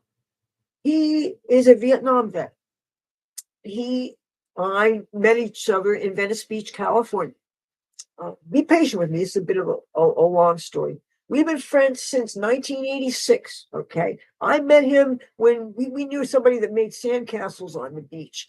And this guy was he's very into metaphysics. He's into tarot readings and Coast to Coast AM with Art Bell, which is how I got into my metaphysical path. Some time I was 11, I'd be hearing this wonderful radio show and learning about transcendental meditation and the Maharishi Mahesh Yogi. Thank you, George Harrison.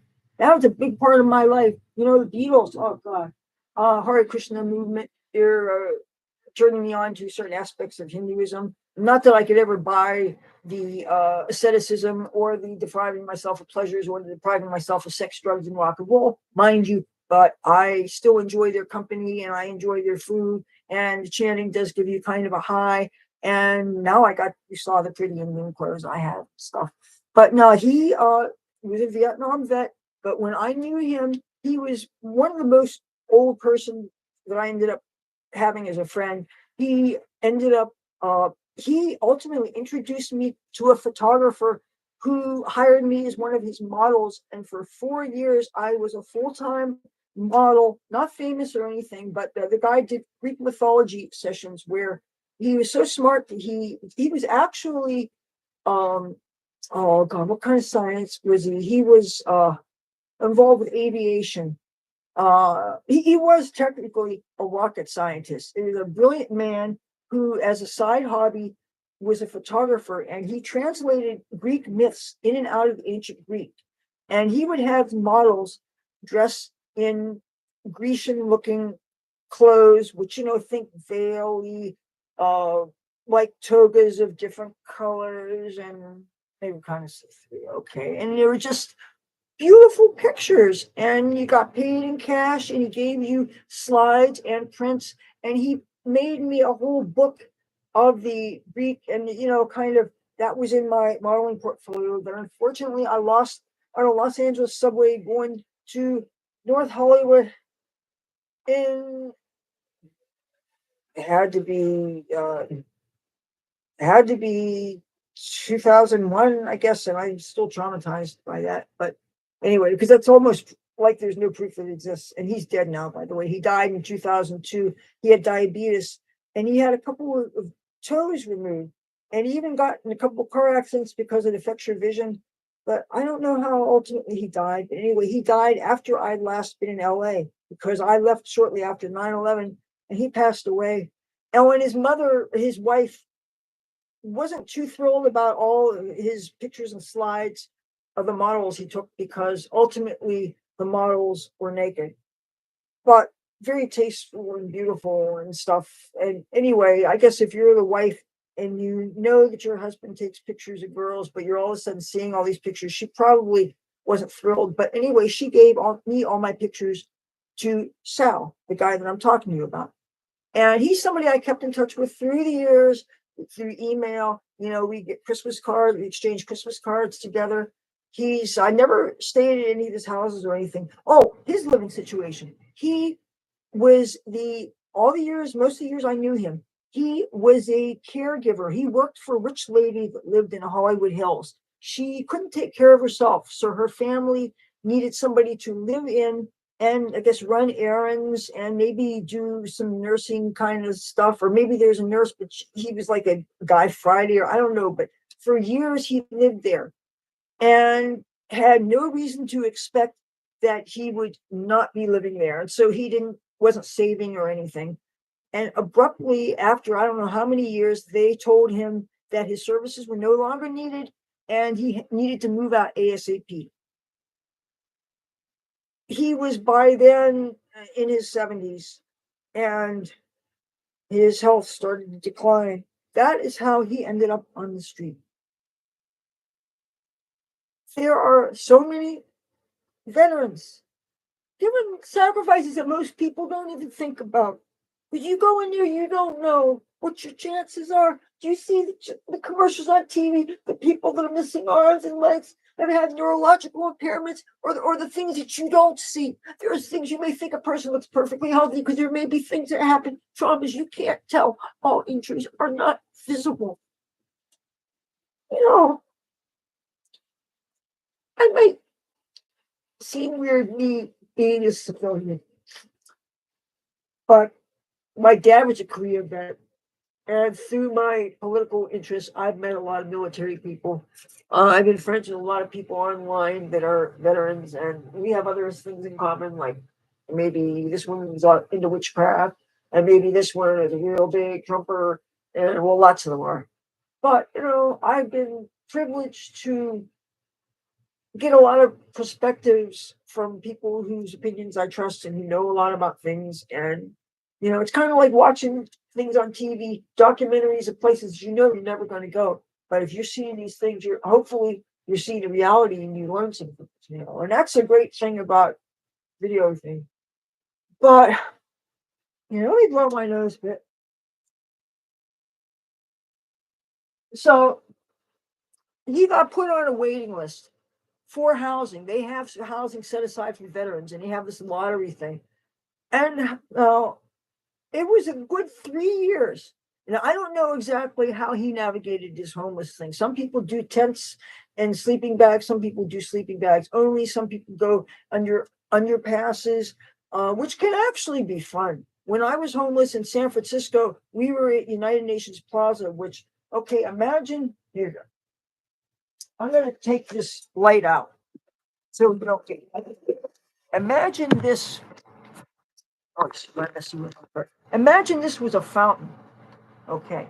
You had two slabs of concrete about 3 high on either side, and you could climb up, and people write nice graffiti on and stuff, and lay out your sleeping bags. And there's room for like 40 stretched out sleeping bags. So it's a nice amount of space, right? In between.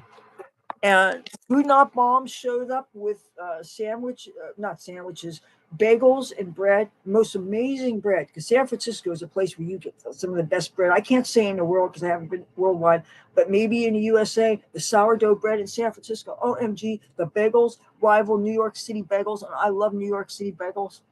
But sourdough bread, I never had sourdough bread till I was in San Francisco, and they had literally huge bags for bread. The bakeries would have whatever just from the end of the day, and some of the times it was still warm. It was so good.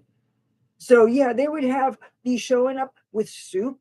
Okay, it was vegetarian, and I love vegetarian things, but I also love meat. I don't think I've ever met a meat that I don't like. It's ethical. I wouldn't do anything sleazy or anything. But matter of fact, I don't like the idea of eating lobster now because if you have to torture the animal to kill it, there's no need for that. That bothers me. I accidentally saw some kind of cooking video that Chef Bourdain, the guy that killed himself, he watched them cook an octopus while it was alive, and it was like he was filming. He was it the one where he filmed is in all these countries, and I guess you have to film things and can't react to them, but that was hard to watch, this suffering animal, and like I don't think that that's necessary. I don't believe that that's right. And if you feel that you need to make another creature suffer, not that's wrong.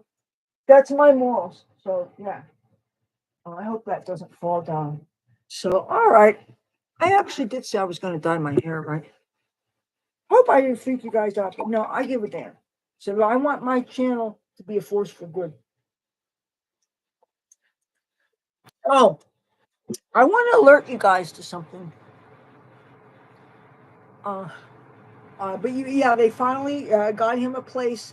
It's I think I don't know if it's probably like a 1 bedroom, and it's nice and it's safe. And I think he's on. I think he might be on the ground floor, and I think it's close to this senior center that's on Las Palmas. That's really nice. It's kind of looks like a ranch. It's got real nice grass around it with these interesting concrete chairs. They have a barricade so that you could be sitting here and somebody else could be sitting here. And it was a place I like to smoke weed occasionally. It just had a real nice. It was real cool. Oh, okay. Twist my arm. God, I twist my arm about that wacky wacky. Oh, don't be having no children watching me now. Don't want to get the beady on the ass by the YouTube because they don't like us honkified girls smoking the wacky tobacco in the center. Say, oh no, an alien from outer space might see it. Say, oh my God, they're doing that. Devil's weed. Where the fuck is it? Oh, here it is. I'm so glad it's legal right now.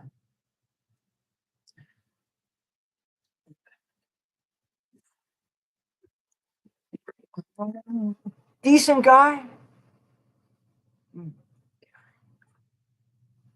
Oh, I'm sorry you can't really see what I did. I really don't want to throw this on my filthy floor. My cats died on this floor. I'd Stanley steamer it, but when we move out of here, they'll just pull up the rug. Because there's parts of the floor near where our refrigerator was replaced where literally the tile's off and the wood is like rotting and but I'm so glad we got rid of that fridge though. It was disgusting. All right, where's the fire? Oh, so I never thought that I would get to see the day that weed would be legal in a town I lived in. Uh, and I'm glad that it's legal in California and in Vegas. I remember when you could get 7 years for a seed in Las Vegas, and you could get 25 years to life if you got caught with LSD. How do I know that? I was on tour with the Grateful Dead, 93 Southwest shows. I got bunked with acid 3 times. Finally got some real stuff in Vegas, and I was puking up chartreuse. That's why I didn't get to dance with the disco bus. I never got to dance with the disco bus. All right. YouTube, don't take me off. It's legal here.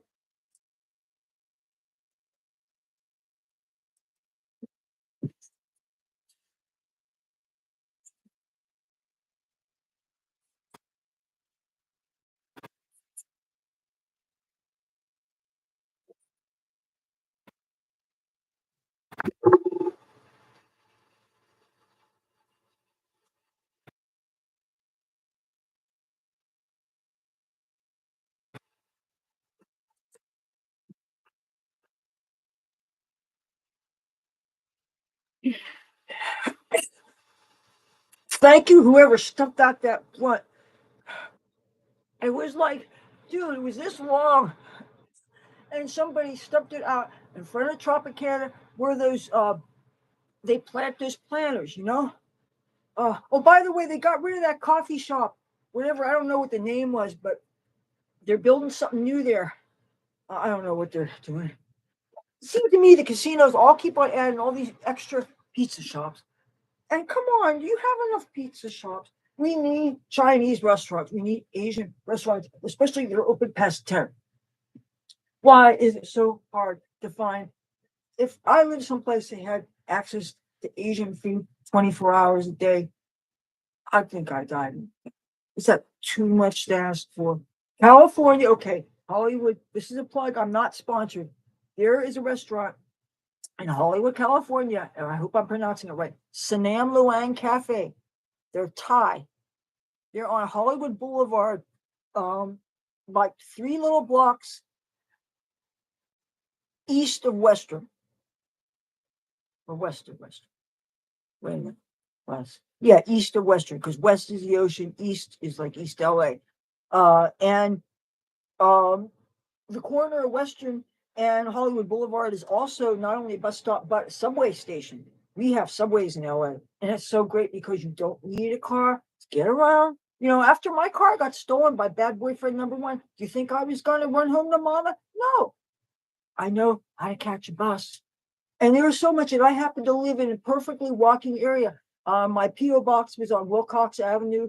I had a tailor that also the tailor was married to the shoe man was married to the tailor lady. They were from I don't know, Russia or one of the Slavic countries or something. I don't know. They were it was great. They had this tiny little shop on Las Palmas, Hollywood Boulevard. And oh man, I'm sure they haven't been with us for some decades, but I don't remember Paredes or something like that. I'm sure I had this start, but anyway, that was close by. When I got my storage, which wasn't until I escaped bad boyfriend number 1, and that was in '92. I started sneaking my stuff out a little bit at a time. When I was on my way to my dance job, I would put the stuff in my big dance bag and I would take it to my storage, which is around almost across the street from Capitol Records. If any of you guys know Hollywood, it was painted like, I don't know if it still looks like this. It was painted like the Wild Wild West. It had a big mural, one had a face of John Wayne, and it actually had a Bible quote, Isaiah, wings of eagles, something. a whole bunch of Wild Wild West and Americana kind of stuff. I haven't been there since 2006, so I really can't tell you what it looks like now. I was told to see some things that will break my heart. Um, the big thing that bothers me more than anything is the violence that I've heard. One of my good friends who is often homeless, and he, for all I know, is probably homeless now. He was suffering violence in his twice in Hollywood. One time he was sleeping. Now there's a place where illegal aliens like to hang out to get picked up for lawn work, construction and stuff in front of a Home Depot, and it's on the corner of Western and Sunset. And this guy slept around there, and some guy stabbed him.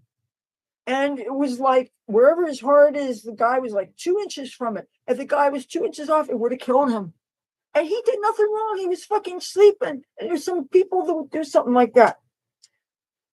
And the guy that I'm talking about is somebody that I've known since he happened to have the storage in the same place that I did. He used to work for Rock City News. He was a writer. Rock City News was a local rock paper.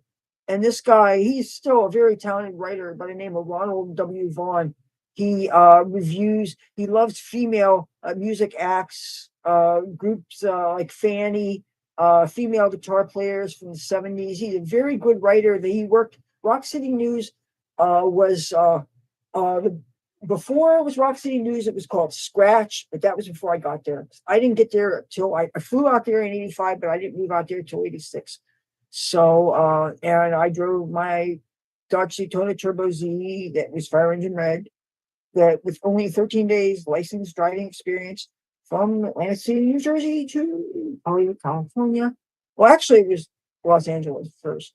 And I went by way of Pittsburgh, Pennsylvania, because that's where my grandparents lived. And, you know, when you're in New Jersey, you don't pump your own gas.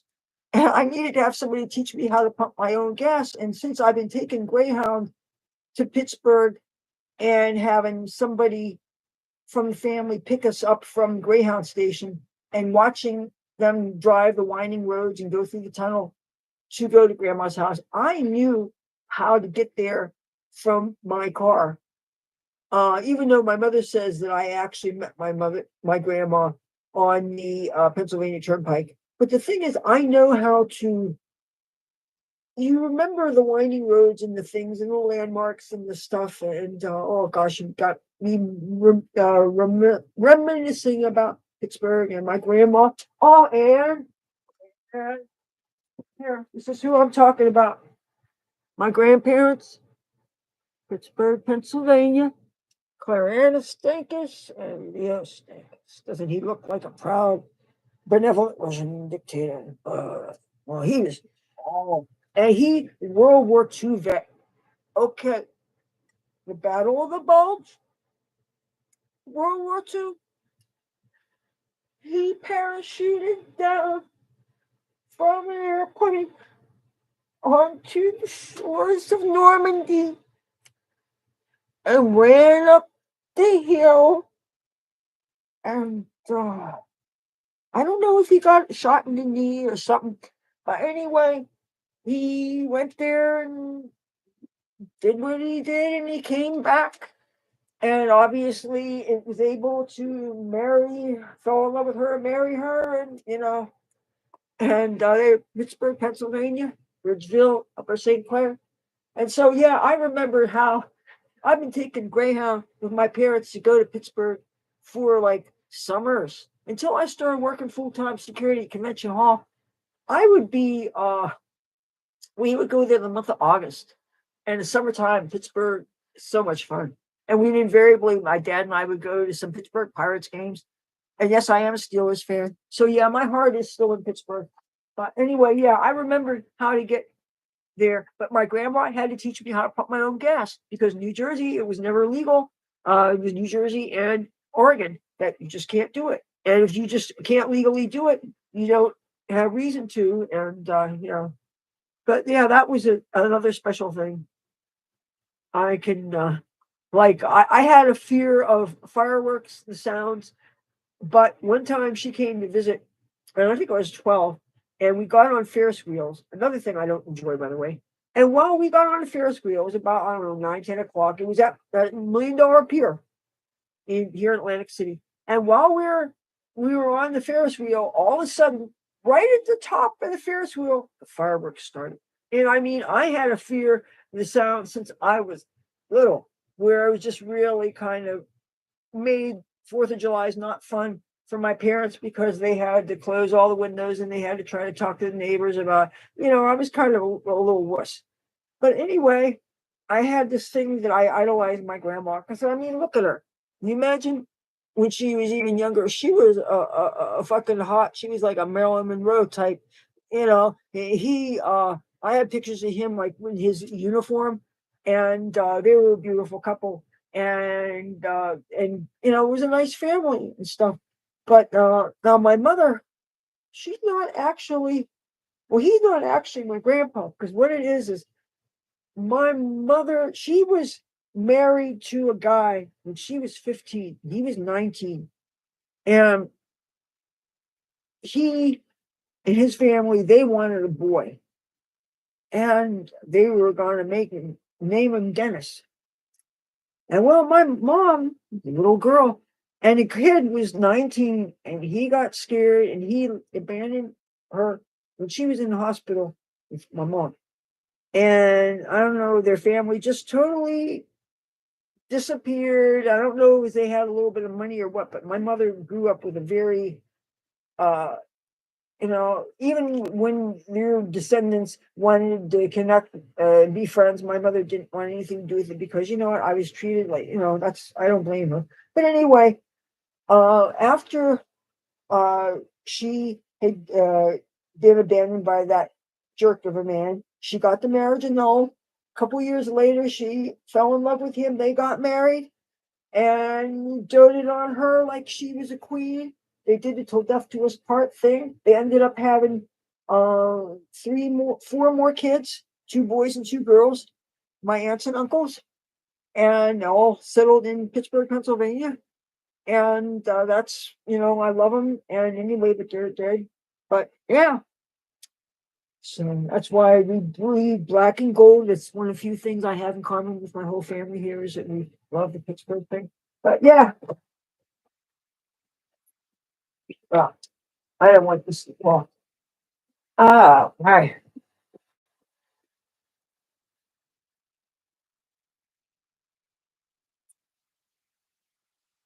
Oh, I wanted to bring this other mirror.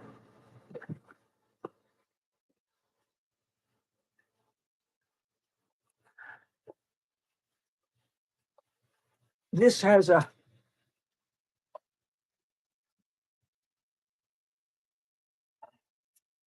This place looks like such a mess. But you know what?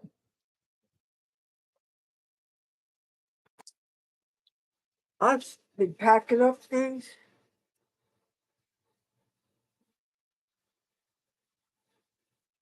Excuse me.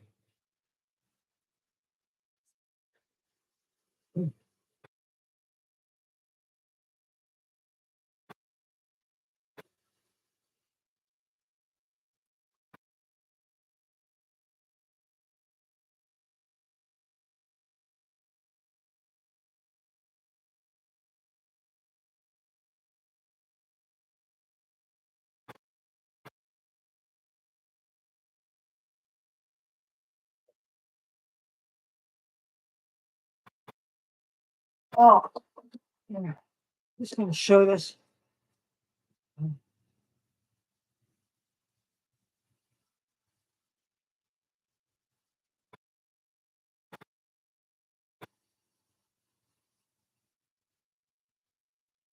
Uh,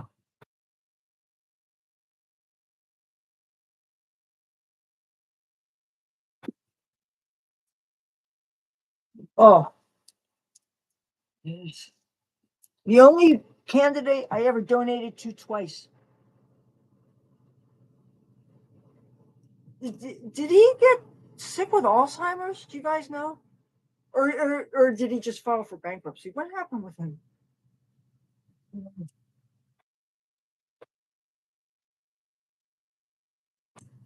I was a big fan of him. Like I said, I used to go to New York City so frequently, but my friends are busy who live and work there. My model friend, she is. on and off subways and stuff, and just living such an exciting life, and still posting these Facebook pictures of these gigs. And New York has such an exciting thing, but it doesn't let you in. You don't have people saying, "Here, stay on my floor for a week." And some of it is problems with getting in and out of buildings. When I was in Washington D.C., uh, it wasn't like in Hollywood. A lot of these are keypads and have intercoms, and you can press a door and you can get let in. That's so much of what most of what Hollywood was like. And sometimes you had to know a keypad to get a gate open, and then you could go to the apartment that you were born. But so this place in Washington D.C., you had to, because you didn't have the key fob. They had the electric thing, and there was no way of, okay, I didn't have a cell phone, so I couldn't call the person who, even if I saw in the window, he was in the second floor and I could literally see him, I could have thrown a rock and it could have hit his window. But the only thing is, there was a gay bar. They had that thump, thump, thump, thump, thump, thump, literally next door. And so, and if he was watching TV or in front of a computer, he might not have heard it. And I couldn't call him. So I had to be dependent on somebody who lived there to open the door. And one time, some guy, as he came in, he deliberately pulled the door so I couldn't get out there. And the thing is, at the time, I was wearing a lot of Trump stuff, and I didn't realize how much he was hated. Oh, one time I was in Washington D.C. and it was near Halloween, and I didn't realize that the 28th was still considered Halloween, the bars and stuff. And I was wearing all my Trump shit. I was wearing a Trump shirt. I was wearing a hat. I had buttons on my leather jacket. I mean, I was wearing a garter belt and stockings, and my hair was really freshly dyed. And I was really, because what was going on during that time? It was near the walkaway thing, or if it was near one of the Trump rallies. I don't know. It wasn't any of the ones where Trump was actually there. I've never been that lucky. I never got to the one in Wildwood because they made it so you needed to be able to get text messages to get a fucking ticket. I never got to see Trump in Wildwood. And I was thinking, and everybody was camping out in sleeping bags and stuff. And the thing is, everybody had cars and stuff. And I realized if anything that I did, like if I got a sleeping bag and stuff, and I went out there to Wildwood and waited in line, some people waited up to a week just to be able to see President Trump in Wildwood. And the thing is, okay, so what's going to happen if I go there by myself and I'm supposed to just leave my things there? Then once you go through security, you're going to have to throw your shit away. It's not like the people who go there with the lawn chairs and a sleeping bag and the thing that you put underneath your sleeping bag, and then they put it in their van in the parking lot when they're ready to go in. When you don't have a vehicle, your navigation of the world really changes. And another thing about vehicles is you always, unless it's a motorcycle, you always have something that you can sleep in. I learned that in Los Angeles. But I get the feeling that I'm interrupting myself and I'm going on tangents and I'm not completing my thought. So if I interrupted a thought, please somebody tell me. Because I thought the whole point of this was watching me dye my hair. And I haven't made much headway. Yeah, haven't made much hairway. Right? Can anybody read this? Oh, I have something I really wish somebody could translate for me. Can anybody read Chinese? I have jewelry. First of all, I'd like to know if it's real jade or what stone it is. And it has some kind of, I'm guessing, Chinese in the middle of it. And I'm dying to know what it is.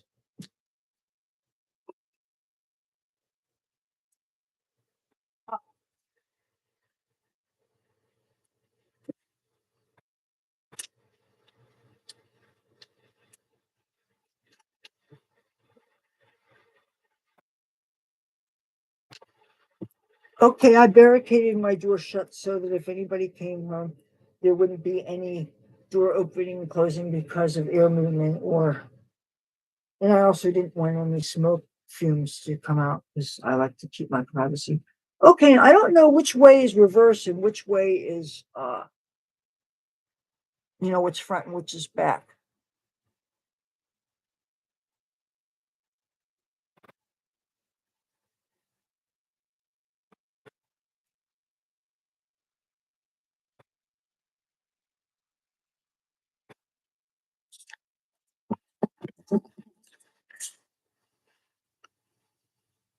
Trying to hold my hand steady without having something in the background. You're playing like a white piece of paper. Or let me see if black will be okay.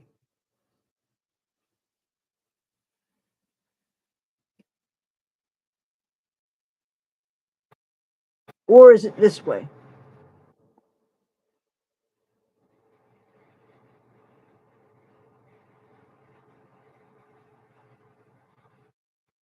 And I'm curious to know what this is. I found a whole bunch of them, all slightly different colors, and I didn't know if it was some different color jade or another stone, or even if it was kind of plasticky, but this is what they sound like when they're together. I gave away a lot of them.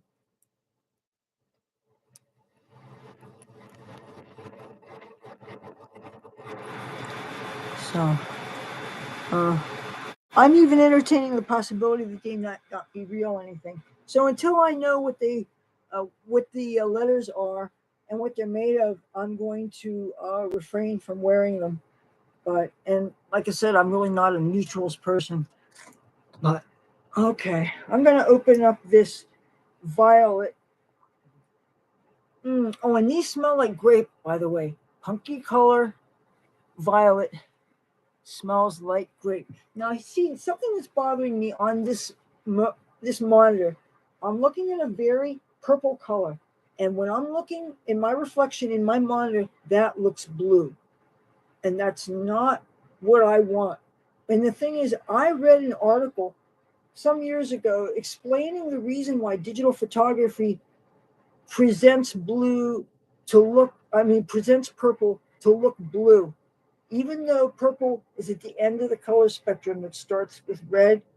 For some reason, and I can't try to explain to you why, but it translates what you get on film can be accurate, but what you get digitally gets mistranslated. So that's why you have to do some kind of editing on you have to get down to the spectrum level, right to where the blue and the purple are, leave everything else alone. You know how basic color editing just goes from going from warm to cool. You have to go on the individual wavelength, each of the individual colors. You just focus on the color that you want to correct. If my years in Hollywood didn't show me something. Anyway, it says violet. Oh, and now this purple here. Where's the other? Oh, okay. This. Okay, I'm going to get an antibacterial wipe because this fell on the ground. This is a punky color plum. Now this is slightly warmer, and this looks less blue. I remember getting one of my photo IDs in Los Angeles, and in fact, I had just dyed my hair, and for some reason, it kind of looked blue, and that always bugged me. But it was a recent dye job, and now I usually use a lot of different colors, but I want to focus more on the purple this time, so that I don't want it to look as blue as it did before. So I'm gonna not worry about these. I mean, I'm tempted to see what this looked like. But the thing is, this is pale. This is like,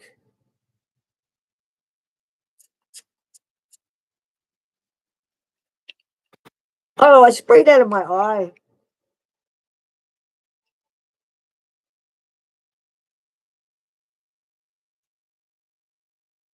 The things I'm wearing, by the way, I'm wearing specifically so that if it gets colored, that's okay. Like both of these shirts, you could see faded dye, so it gives like a tie-dye thing. Oh, do you see the shirt? This was a shirt of my mom's.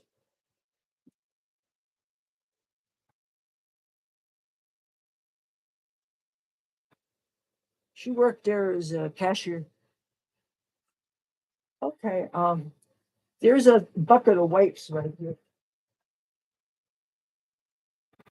Oh, okay. I got some more in my eye. I'll be right back. But look, the wipes are here. I gotta irrigate my eye. Don't leave.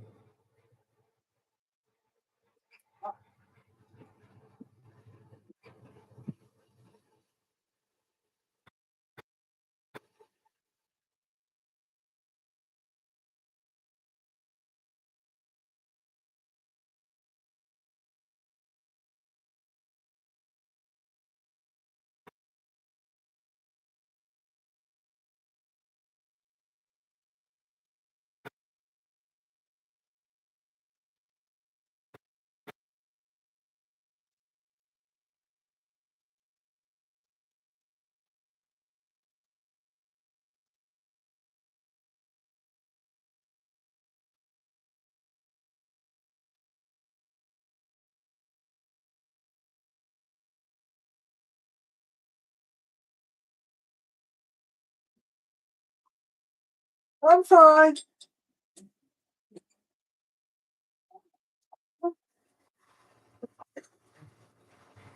I'm fine.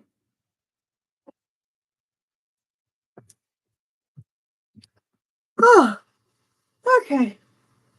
Yeah. Where was I? Oh, good. I'm glad there's some of this. I'm thirsty.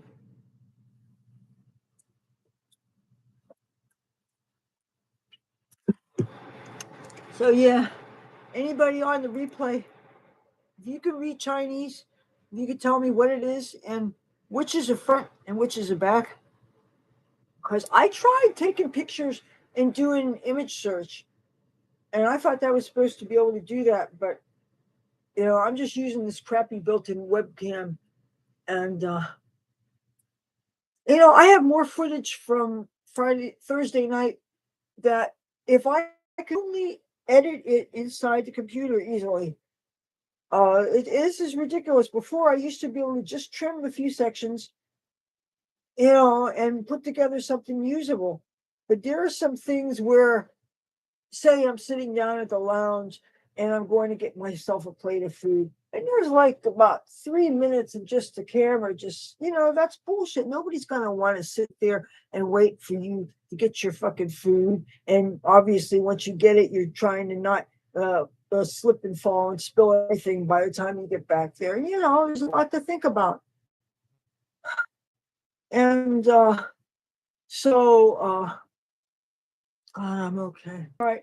I'd like to know what this is, because I can't wear things that I don't know what they symbolize and stuff. And I don't know if it sends confusing messages or if it conflicts with other things I'm wearing. It's like, what? It's like, okay, it's hard to. I have certain things where I express this a lot. And yet, in solidarity with Israel, I'd be wanting to wear the six-pointed star. And yet, you wear the two of them together, I think it makes some people lose their minds. And there's a lot of people that don't understand. And if you throw an Rokk in the mix, there's people that don't understand. And if you wear a mezuzah on the lapel of your leather jacket, like I did when I was in Hollywood, when I was dancing at the Ivor, and I was literally sleeping on my dressing room floor, where there was a back entrance that happened to be right in my dressing room. So it was great. You could go right down there, and everybody that worked there was so much fun. They were nice people. They were such nice people. The cleaning guy, the little old guy, one of the few ticket takers in the front, they were just like the Starman guy, or like Mr. Whipple, or Captain Kangaroo. There was a guy that looked like Captain Kangaroo that worked there. It was so warm.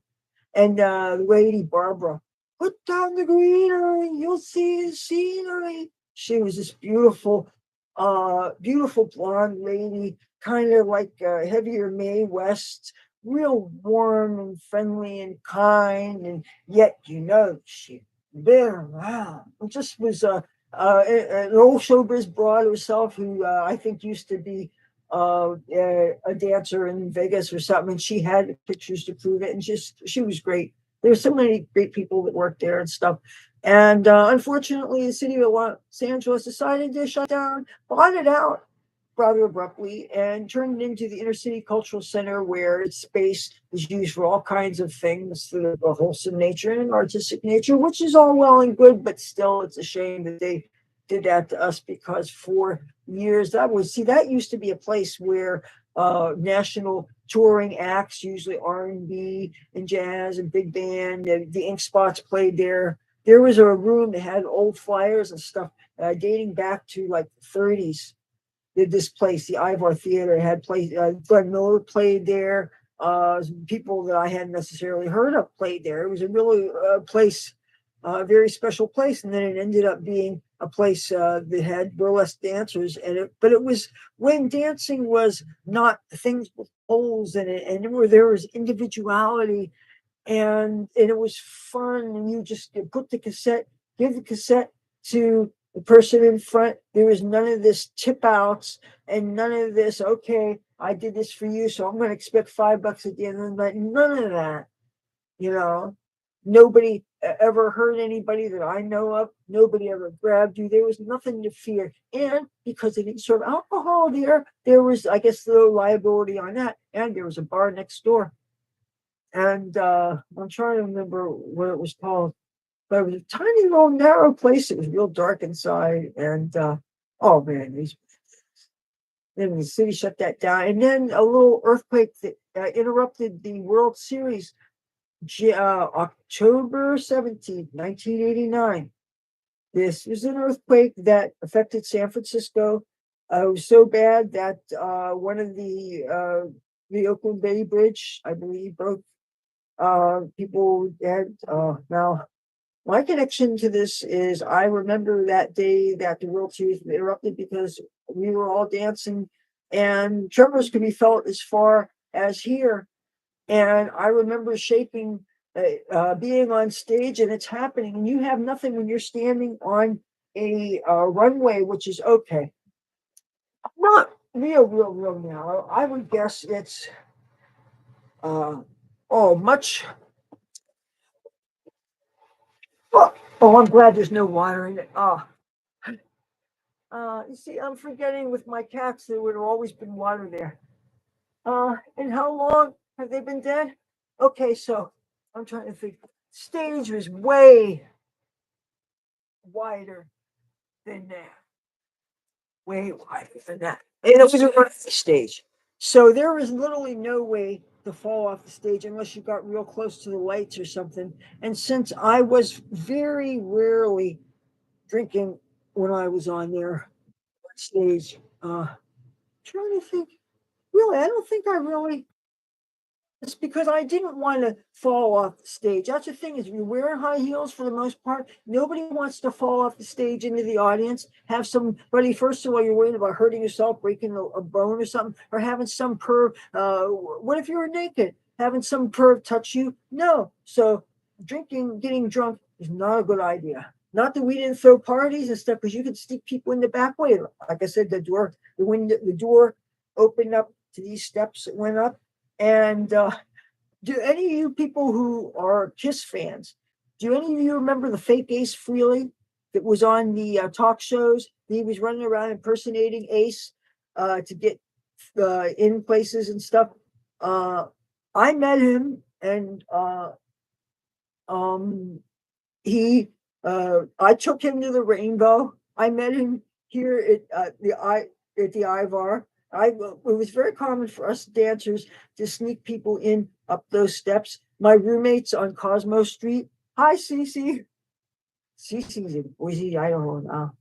My God, all those years. I'm so glad. One of the great things about having a YouTube channel is sometimes you get reconnected with old friends who say, oh my God, there she is. And having these stories and having people who actually remember, and the fun we had and stuff in Hollywood. Oh, I'm so glad to have the joy of having been there and got to, even when I was vulnerable and I was on the street and I was on the verge of on the street, I was still having fun, and I had friendships and things were fun. And it was safer being on the street when you were on the street, really. You didn't have to worry about the chance of actual violence. Oh, but getting back to that guy I told you about who got stabbed, uh, how many years later? One time he was in broad daylight, sitting at the bus stop on the corner of Western and Hollywood Boulevard, and some guy at gunpoint took his cell phone and his laptop. 2 o'clock in the afternoon, broad daylight, at a bus stop. There's a bus stop there, and there's a subway underneath. I mean, come on. This is scary. This was way before the pandemic. This was like maybe, I don't know, it has to be less than 10 years ago. But now we see what it is even if the cops catch people, the prosecutors don't prosecute. People are let out right away. There's no consequence for people's actions. They could do anything from robbing banks to taking any small businesses, anything. What they're doing, you can't park a car in San Francisco, apparently. Some of my San Francisco friends made a post about how they witnessed people. I mean, can you imagine? Oh, imagine if I had my bus and I'm living in it, right? And it's got guitars and shit, and got my cats and my YouTube, whatever. And it's my home, right?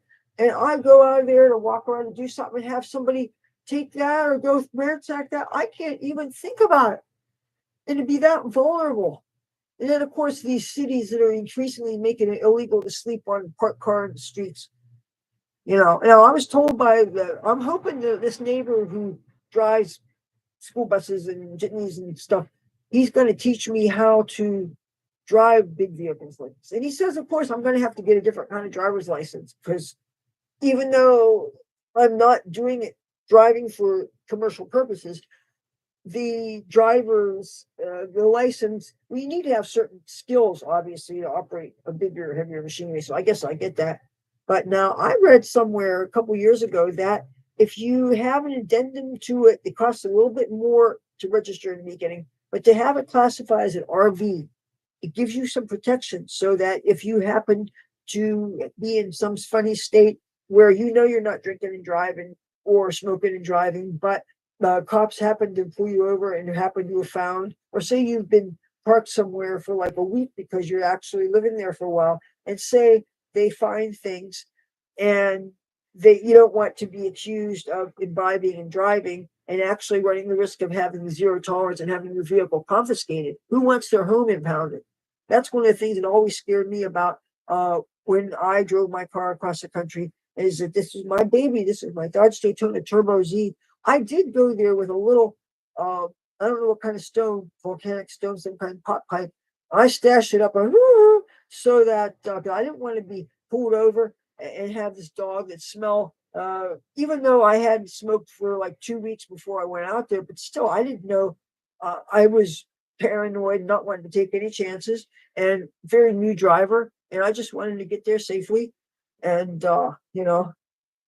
I've taken things back and forth to Greyhound from San Francisco. I had a sweet boyfriend that worked a nice place. They had a shrink rack place, and he had 24-hour access. It was a little company in one of those beautiful old buildings. They have these Victorian houses, and they have it was in the financial district, and he had 24-hour access. So, and they had a refrigerator, and you could cook ramen noodles and play music.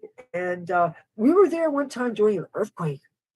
I got some earthquake stories, but anyway, I'm interrupting things. So when the earthquake happened, it interrupted the World Series, and I was on stage, and the earthquake happened in Hollywood.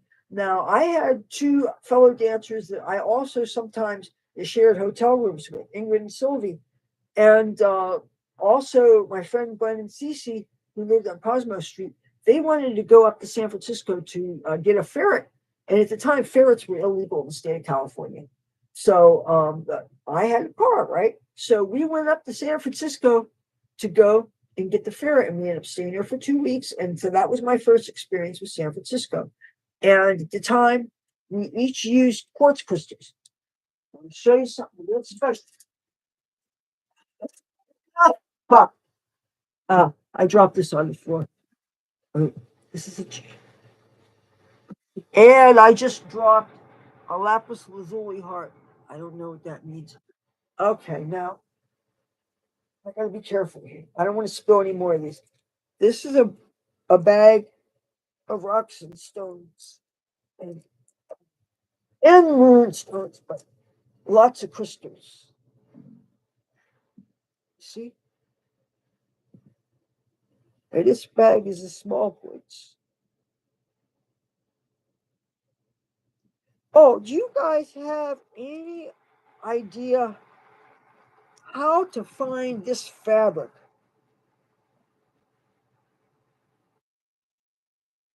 It was from a tiny little bag of tiny, tiny, tiny little lip glosses that Avon sold in the 80s. And this fabric is just to die for. I would love to make a sheath dress out of this. It's just so gorgeous. I love these colors together. They do things for me. I can't explain it. It's just a very joyful, vibey colors and stuff. So, you're Lady Gordy. Hey, thank you for. Do you like my baby? Aren't they beautiful? Oh, and said I had moons and amethyst, and well, you get the gist of it, right? Ah, ooh, okay. And watch his hand. His hand's very. Oh, do you see my pyramid? Ooh, oh. This is the risk that goes. It might give out at any time. This is awesome. You like this? This, yeah, this is special, and sometimes I'll put it on the altar. Well, you see, oh, right now I got a little problem. You see something that's tipping over. That's not good. Uh,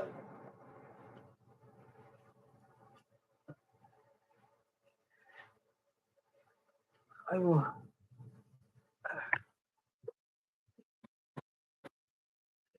I know I need to get started on you here. But I want to put this someplace more flat.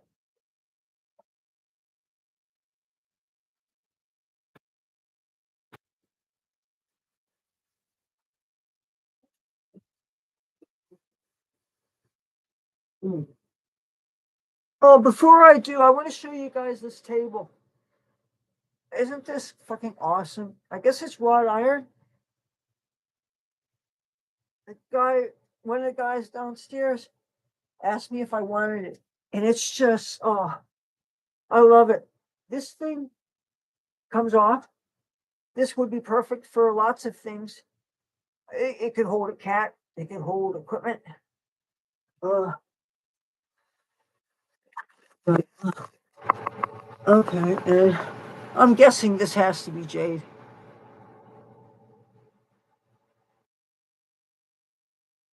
Because I would think malachite would probably be more stripe. But I really want to sterilize my hand. My sinuses are so backed up right now.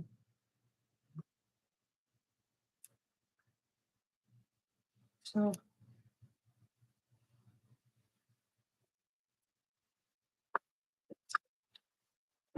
oh, okay. Feel clean. I hope these are really. This kills 99.9% of germs. Mm.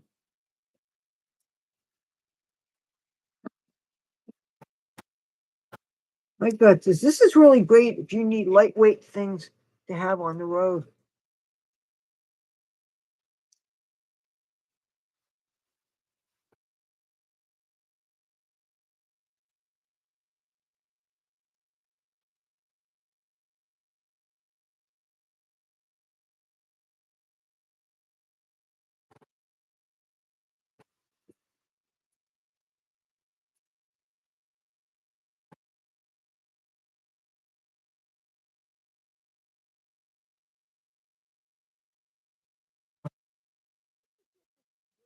I must have got it at either.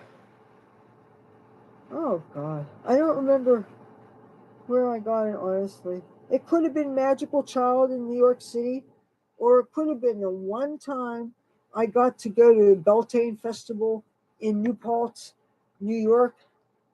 And how the only reason why I got to do that is I happened to be with my best friend astrologer at the time in New York City visiting another friend, and we saw this flyer in the Magical Child, and that was only like I guess a 3 hour drive, and he had the car, and there was no reason we couldn't go, and we went. And my only regret is that I didn't bring more sunscreen with me, and I didn't wear foundation that day, and I wish I would have had another layer of protection on my face because I did get a sunburn because you're out there obviously in the sun. But they did the maypole thing, and there was just all these. There was elves on horseback, and there was all this medieval stuff, and there was all kinds of expressions of witchiness. And the only thing is, I remember making a fool of myself by asking some guy with elf ears.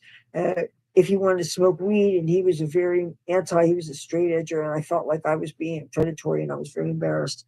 So that's the one thing one social takeaway I took from it is I was used to the Los Angeles thing that's that could actually pass on it or offer to smoke somebody out and not have somebody look at you like you're trying to corrupt somebody. And even though he was young, he wasn't that young. He didn't look any younger than 23, you know. But then again, the elf ears could, you know. But I want to show you these stones.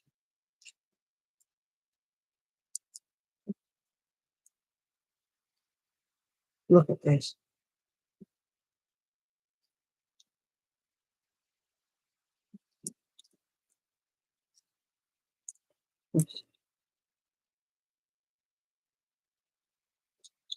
Yeah, this side, lots of stuff, right?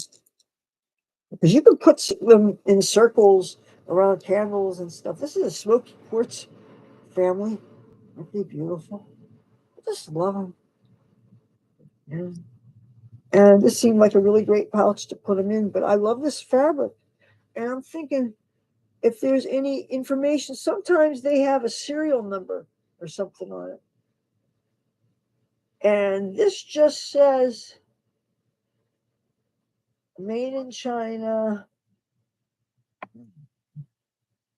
Oh, 100% polyester made in China. No serial number or anything, no other tags. But if I could get my hands on some of this fabric, can you imagine having a cocktail dress, a sheath, kind of just skimming, sleeveless, kind of 60s Holly Golightly of dress that you might wear opera gloves with. But yeah, this is just so awesome. And then for stockings, you have your choice of the fuchsia or like the tomato red. And I love the red and the purple together. That is just so and the with the hot pink too. It just makes the eye bounce in such a delicious way. And I just love it. So yeah, it seemed like a perfect little bag. I put my little crystals. And so they don't scratch up the smoother stones.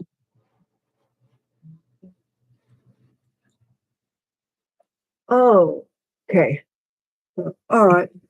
I'm thirsty.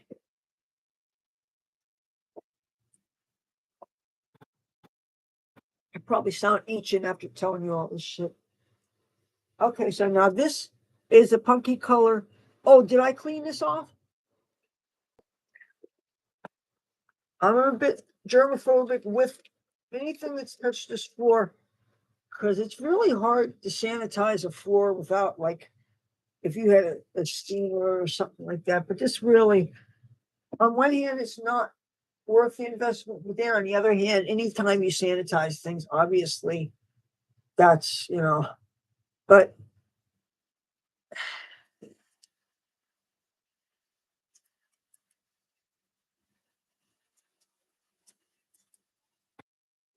landlord, the previous landlord, was in the process of fixing a bunch of things. But as soon as this building was sold as is, he stopped working everything. Because he was spackling where the cats had scratched the walls. And the thing is, he didn't give me time to clean it first. So he used an off-white paint or bright white paint on off-white walls. So it kind of clashed a little bit. And it's like, give me a chance to get at it with the bleach cleaner. This is a bleach cleaner we use a lot of. You get it at the dollar store. And I try not to be out of something.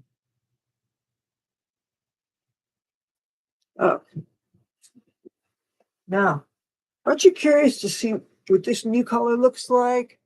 Burger boy, hey, welcome to my channel. I don't know what you're gonna see, and I hope you like it. And if you don't, then you could go fuck yourself. But no, seriously, welcome.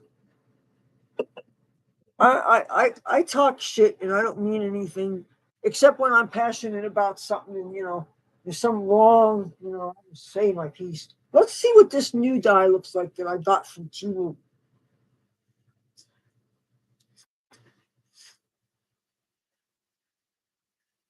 Oh, the smell is very chemical. It occurred to me I should have some water out so that I can dilute things when necessary. You know what? I'm too lazy to go to the sink, so I'm going to open up a bottle of water. Since we have so much of it now. See? Anyhow, I just found out now they're saying that bottled water has so many tiny parts per million or all these tiny beads of plastic. And so now it's dangerous.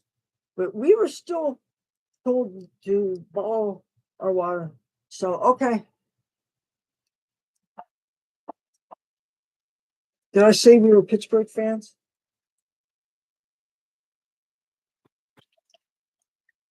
And I'm thinking if the Steelers get to the Super Bowl, oh man. And they don't let you in the sports books on Super Bowl Sunday unless you have a reservation, and that place would be loud as hell. And I still call it Bally Sports Book, but they call it Caesars now. It's the biggest sports book here, and their ceilings are very high, and a huge ass screen. And then these other, you could have like 6 smaller screens taken up that same size, so you could watch a bunch of games simultaneously. And when even if the game itself isn't too loud, when the people are all watching the same thing and they're cheering and they're reacting, it gets loud. Oh my god! I mean, I'm sure that is the biggest sports book.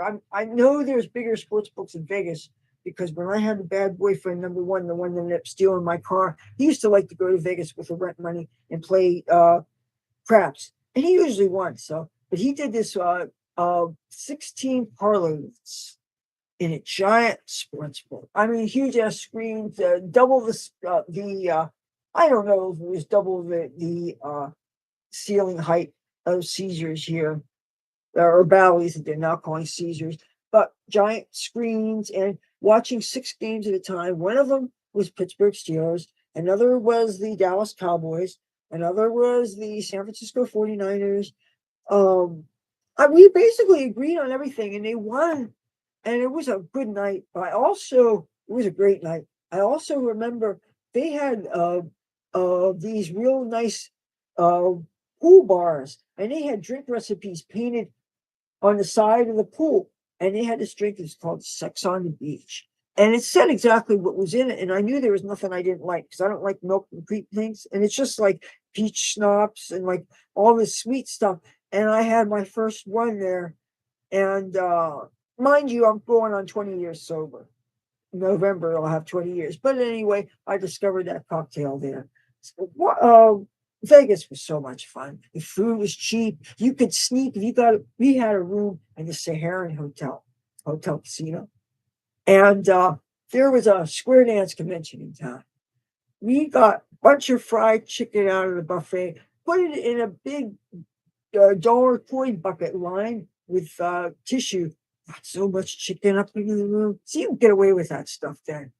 It was before they kicked the mob out fully in Vegas, then the food got more expensive. But I got a little bit of how Vegas was when I got to go through there because the cheap food. I remember when you could get 49-cent shrimp cocktails at the Plaza Hotel Casino, which is right smack dab next to the Greyhound bus depot in downtown Vegas, a couple blocks from Fremont Street and Fremont Street Experience. If you haven't checked that out, you got to.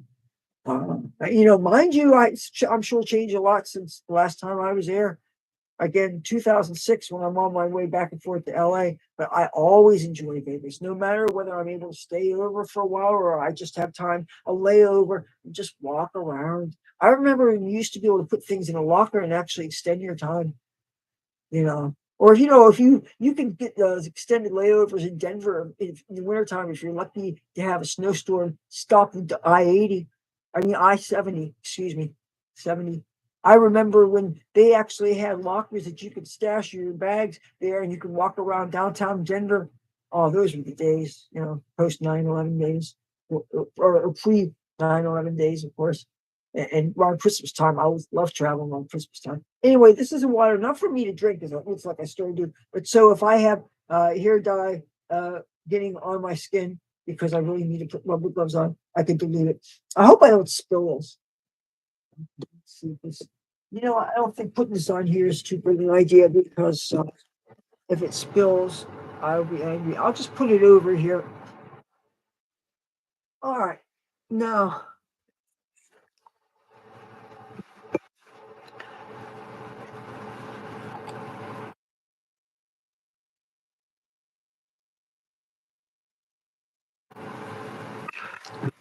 I don't know that I'm going to put this on the edge of my face. Um, I'm definitely going to cover this over because this kind of looks gray, Anyway, I'm definitely not putting any blue. Matter of fact, I'm probably going to cover this with pink. Now, the last time I dyed my hair, I didn't film it. I used like 10 different shades. I gradiated it to the point where I had these really fine streaks. I didn't have too much chunkiness except in the back. And the one thing about that is it ends up kind of blending together too much. And you want the dimensionality, but you don't necessarily want to look like you're color blocking. But actually, color blocking gives dimension, and it also makes sure that you look good no matter what you're wearing and no matter what the light is, and you're expressing all of the beautiful parts of the spectrum. See, that's what I think. When I dye my hair, I think I'm not going to do the whole absolute rainbow spectrum. If I muddy it up with yellows and oranges, that would just, especially in a shower, that would muddy up and stuff, unless I went from one side to the other. Then you could do a true rainbow. But you have to be practical about the effects of water and soap. And being here in the salt air, even if I don't wash my hair, I will fade out anyway. Even if I'm not in the sun, the salt air, I'm convinced, does things. Now, tell me what it looks like in the back. I can't see it.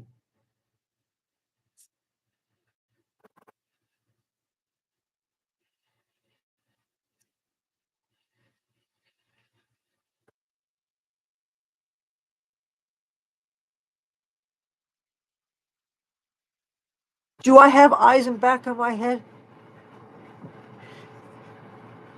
Okay.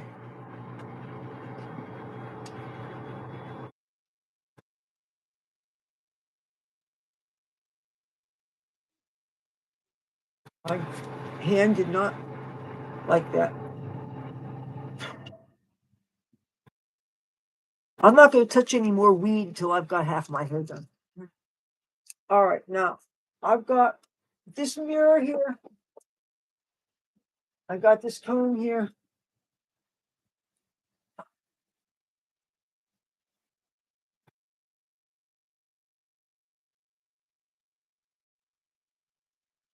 All right. I want to check out what this shit looks like. So I'm going to shake this and I'm going to put it on a more back part of my scalp. And I'm going to start with a nice fat piece back here. That way, if it looks way too blue, it's not framing my face. As you know, you're taking your chance with a brand new color.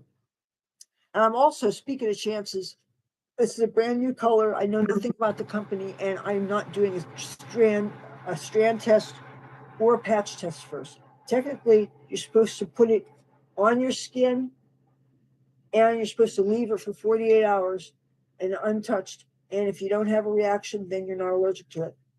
I'm not doing that. And this is a company that I know nothing about. And sometimes I get lectures by people. You're trusting these companies, you're guinea pigging yourself. Okay, I am, and I'm doing it live. You can learn from, oh, I saw Leather Rock. Oh, you know what? Don't do that. I got to do this carefully so I don't rip my hair. Uh,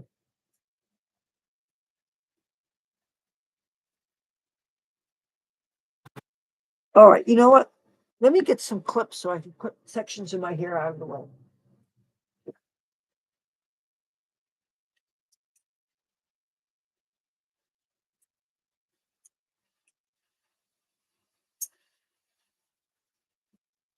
Oh,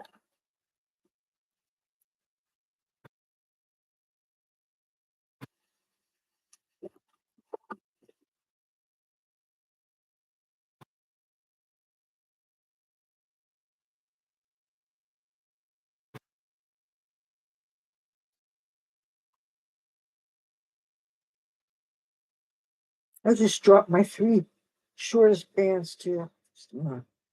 Okay.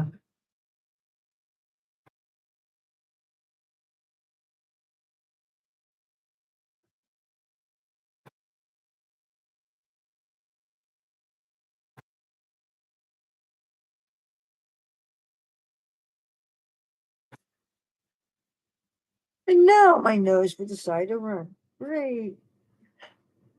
Ooh. Well, one thing I like about liquids is they're so much easier to spread out. The paste dyes, you have to work them in and work them in, and you have to separate. You can't have such a thick thing because you got to make sure it's soaked through, and you got to work them in, and it takes such a long time. The liquids, if it has the consistency of like a pancake syrup, it just is so much easier. And especially since my hair is so porous, especially after all that bleaching, you know. And it's funny, usually with these hair dyes, it says when you bleach your hair beforehand, do not use conditioner. And I can't imagine, first of all, just getting anything through the hair if you don't condition. But the thing is, these hair dyes usually have a lot of built-in conditioner in them. Now, this company, I know nothing about them. Even though I do have, they always have to translate the ingredient list. You do have it in English, so I could read it and I could see if there's anything questionable. You know, I can't assume that they would lie about something, but and I usually do read the ingredients list unless the print is so tiny, tiny, tiny, tiny. Like, get the fuck out of here. You know, I hand a lot of things to my mother. She uses glasses, and she also has this big magnifier thing that you put in front of a page.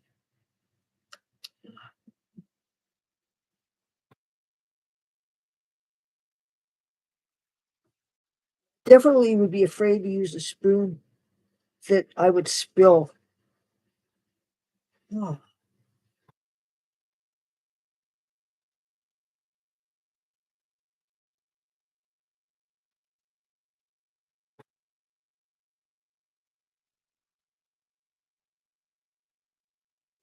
I'll do it here.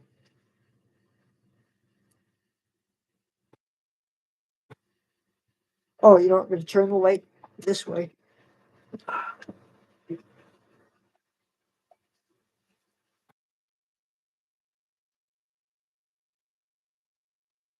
Okay. My nose. Gonna have to do something about that.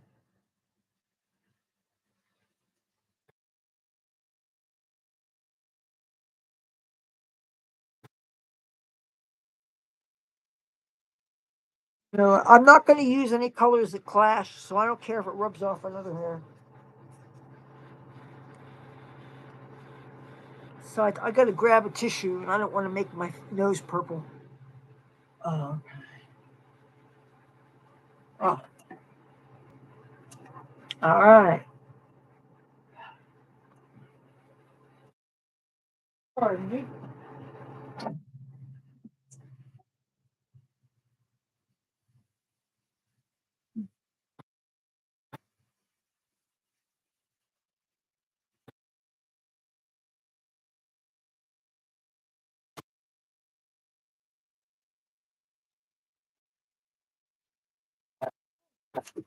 All right. Now, let me see how much of this is covered.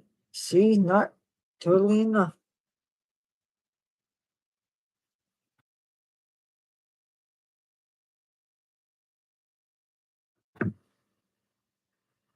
You know what I miss? Those bathroom medicine cabinet mirrors that were kind of like this mirror here, that you could see yourself and you could put one back. Oh, don't do that. One go like this, and then one go like that. And so, yeah, you can use that to see behind your head. And but it never had those wonderful lights like the best bathrooms have. They have the light bulbs all around the mirrors. I would love that in the bathroom. That would be so awesome. You really could see all the angles and you could take really great pictures. And it would be a nice full spectrum light. I don't, you know what? I don't want to risk getting any dye on this. This art, I don't want it fucked with. And that was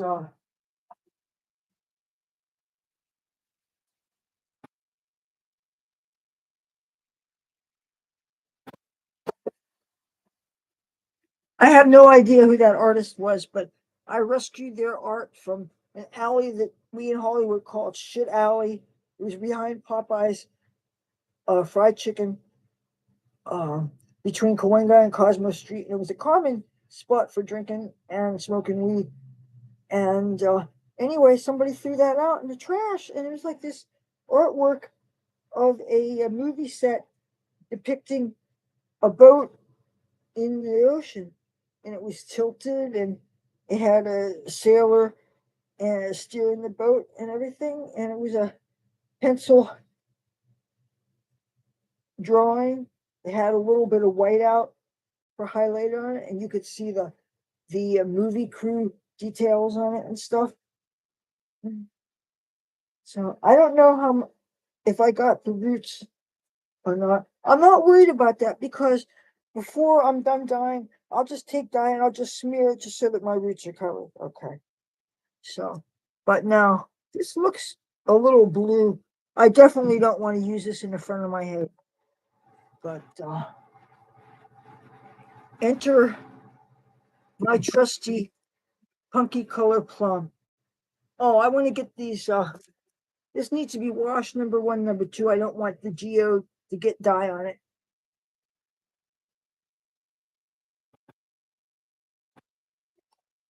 All right, I can wash that later. All right, I got to think really clearly. Uh, if there's anything bright that I would want to have in the front of my face. Now this is really weird. This tube, I would have thought this would have been like a fuchsia kind of picture, a fuchsia kind of color. And this looks absolute blue even this way. So no way am I going to even use this. And this is a color charm. Of course, doesn't have a box. Now there's this thing here that I don't know. The color doesn't excite me because it looks so transparent. And it says it's called blush, which definitely doesn't sound like something I would want to put in it. It's a B color, semi-permanent hair color. Now they're purple. I really wasn't too impressed with, honestly. Uh, and this Vivid Violet by Kiss, it actually looked a little too blue. and I definitely don't want that look this time, and I'm definitely not using the blue. So I thought I had something that was pinker. I'm just going to get started on this.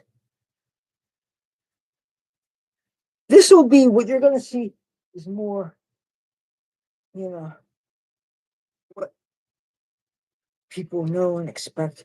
I used to, for years, there's this company, this brand called Ardell Lights and Brights, translucent colored brights, and the color was called Plum Rose.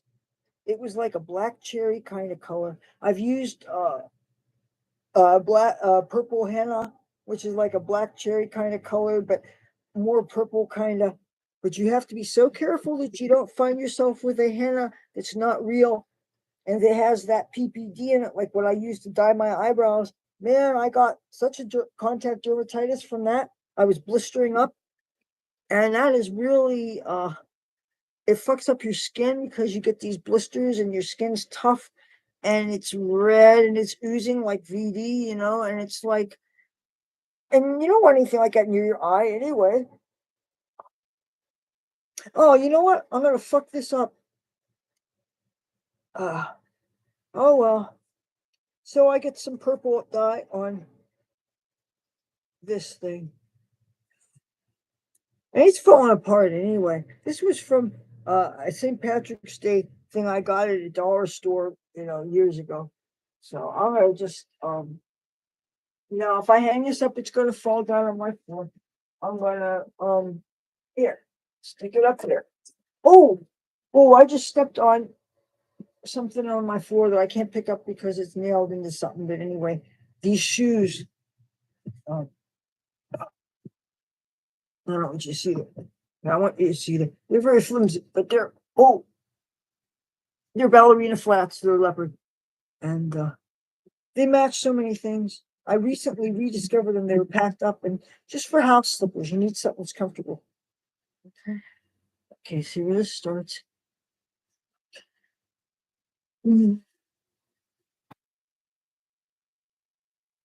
Okay, now this is a paste. So this is going I need to be patient and try not to sound like the Osborne with a side of Joe Biden by the time I'm done.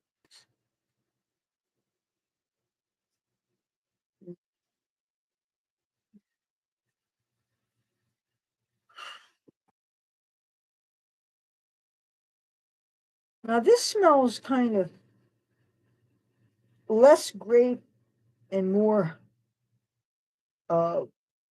chemical, unless I'm actually smelling some of what's behind me, because it smells kind of like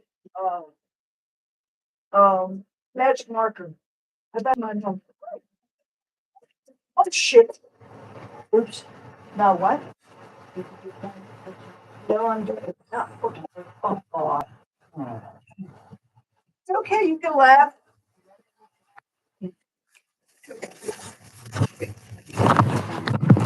Wait. Come back. Yeah, yeah. Oh, yeah. I'm sorry. I had to move that thing so I could color it. Come here. What? Oh, so now. Just,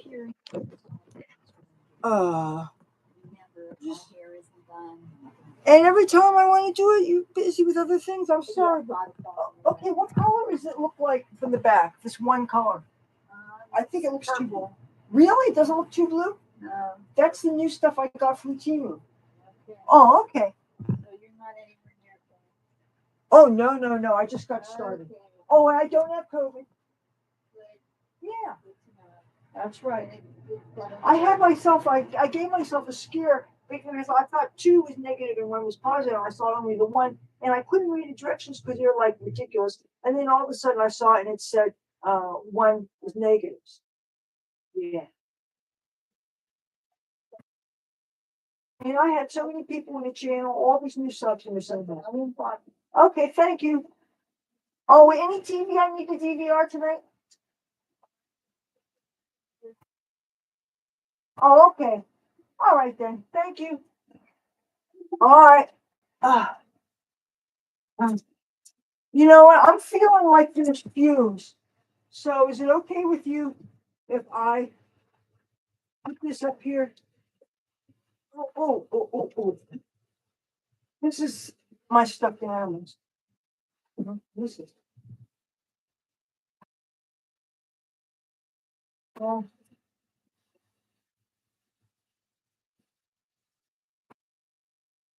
a beautiful teacup that makes me feel so proper and British. Uh, as my ancestors from the 1600s earlier are mostly farming. But anyway, uh, okay, I'm going to put the lid on this for now. My mother says she thinks it looks purple, but I think it looks too blue compared to this. So I'm going to save that for where it's not framing my face.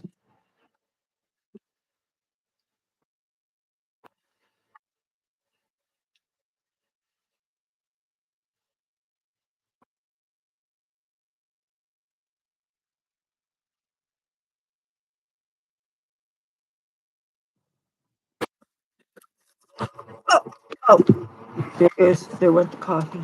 Oh well. I'm glad I put the lid on that teeny hair dye too, because you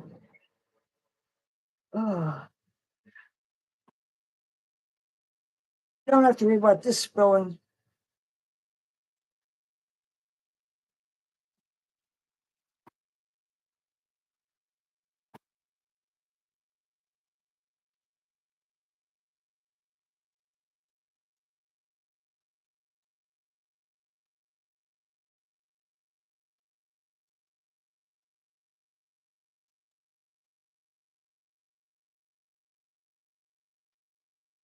After I do this, I have to think: am I going to cut my bangs again, or am I going to cornrow my hair?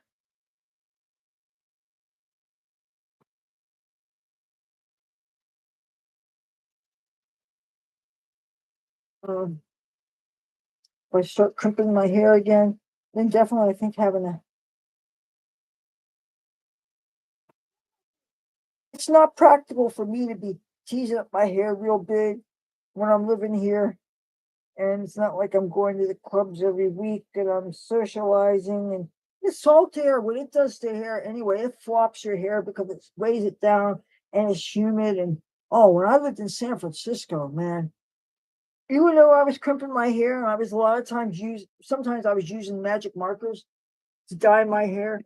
And I would get in trouble in the laundromat because I would use their electricity to plug in my crimping iron. I mean, oh, the horror. But they were really um did I smear purple dye on myself? Hmm.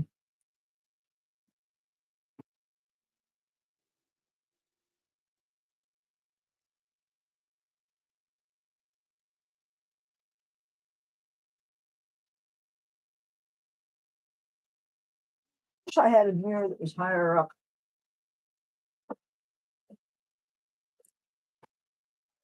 This cat, I could put a mirror up here, but I really don't want to.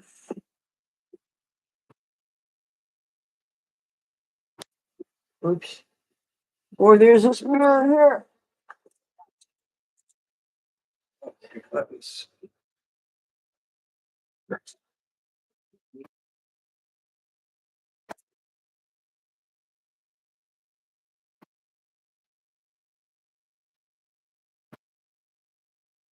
Oh, okay. All right. All right. Here we go. Here we fucking go. Yeah. Can we put the light here?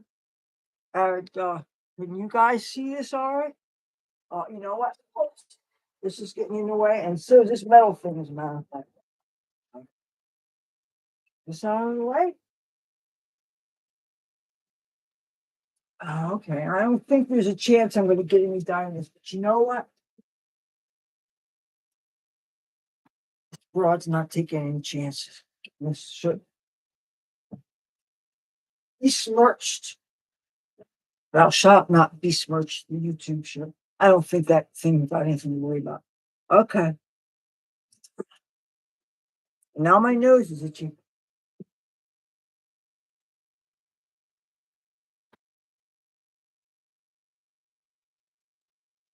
Always end up wearing some dye though. Okay. Go on the road.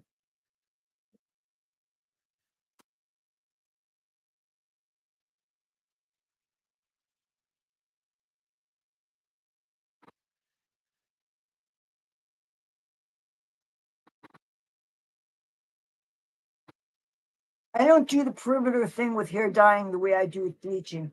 I just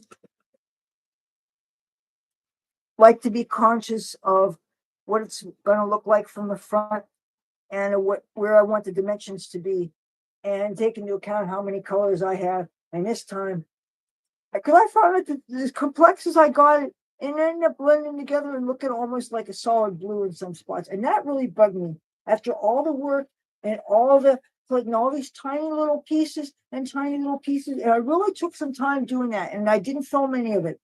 And then the end result was, aside from certain sections where you could see a definite piece of bright blue, and then I actually had a piece, I used teal dye and things, but very small and very in the back. But still, the overall effect, instead of being what I wanted it to be, mostly purple, obviously, but with some streaks, big streaks of those other colors. And instead, it looked like it was mostly blue that vaguely looked purple, but it had too many little things that made it all blend together. It's kind of like when flowers from a distance fades into like an all over pink or something. So that was what I didn't like about it. And then the fact that despite my lack of times I washed it, it fading like that. That's just the weirdest thing. I can understand, and these dyes usually say lasts through however many washes, and it could be upwards of 30 washes according to them. But if you're not even washing your hair and it fades, it's ridiculous. And if you're not exposing your hair to the sun a lot of the time, because either you're under an umbrella or it's not even when the sun's out, I mean, how are you going to get sun fading when your hair's under a baseball cap? Somebody answer me that.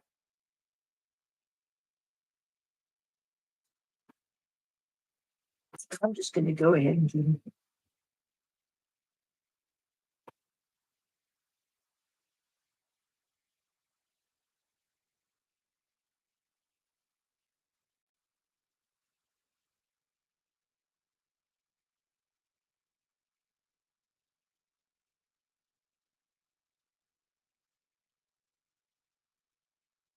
My mom and I are getting a lot better today. I was giving her a hard time because you could say there's no excuse for it, but sometimes you've had enough and you can't seem to make your perspective felt, and you can't seem to make it clear to somebody. And sometimes she tells me that I'm not the best communicator in the world. I said, I should think I'm a pretty damn good communicator. I communicate for a living. I consider this YouTube thing not just an expression of who I am, but I also consider this my gig. This is my job. This is a large part of my identity. And this is also, I treat my YouTube channel like a job in many respects. I treat it with certain disciplines of creating content and trying to be productive, and the quality control involved. I want to make sure that when I'm filming, because I have something to say, you know. And I think I owe people who take the time to watch me that much, you know. Plus, I don't want to get kicked off the platform. Plus, I have people who've been watching me for years, and I want to keep them interested. And if I stray too far away from the kind of content I did in the beginning, I don't want them to be bored with my shit and say, oh, I don't relate to you anymore. So I have to think about that. But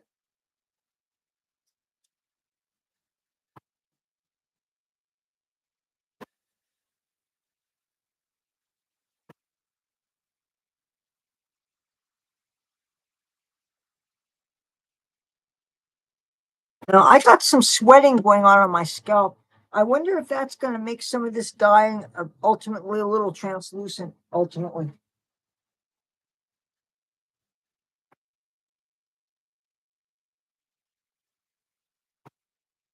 it's too late to worry about. I'm not going to worry about it. If you notice spots that don't have any coverage, during the dyeing process, all you have to do is swap some back on. And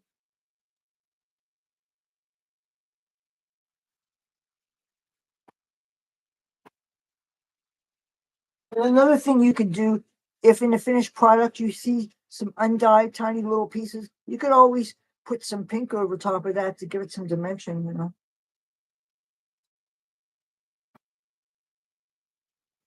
I would not use any dramatically contrasting color because I don't want to fuck it up.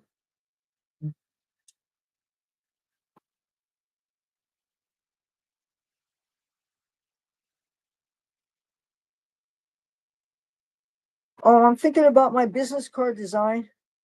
I want to incorporate this and maybe YouTube thing. And I'd also like to incorporate the all-seeing eye. But I want to do the all-seeing eye myself because I want to do it almost like a guitar pick or like a triangle. But the guitar pick would have to be like this. But I'm questioning whether I want to have the guitar or an aspect of my identity for the cards I'm giving out, you know, because there's times when I'm playing and there's times when I'm not playing. And truthfully, my calluses are really going away. I haven't picked up the instrument since the 1st of November.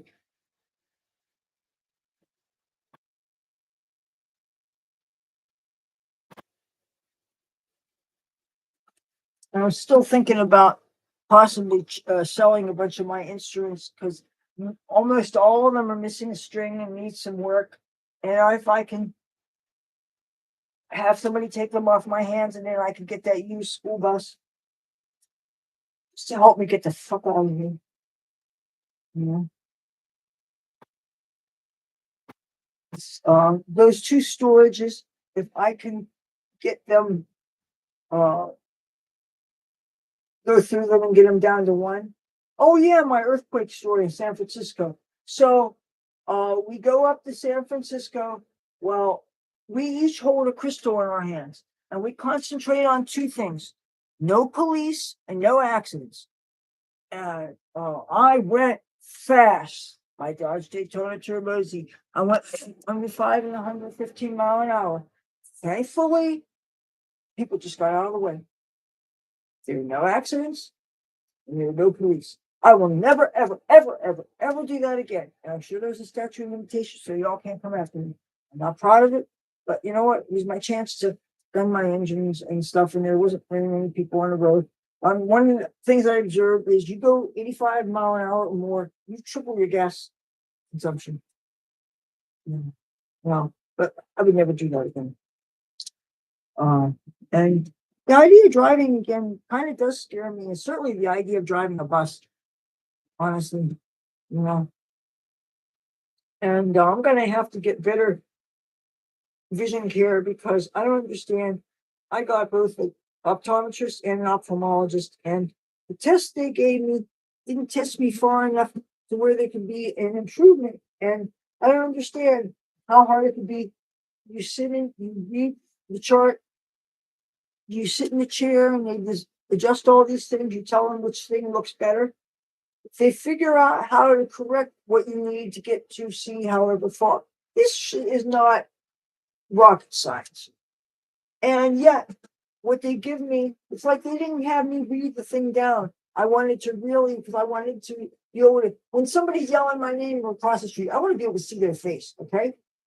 And I want to be safe to drive. That's a whole point of getting vision correction. And so this thing, and they say apparently there's another test that's even better, but my insurance doesn't cover it. It would be like $55. And I'm thinking, what the hell? You know, and ultimately I decided not to do it because that seemed like something just didn't seem right. And so anyway, those glasses don't do me any good. I can be sitting watching TV. I could be uh reading anything. I put them on. I also see better without.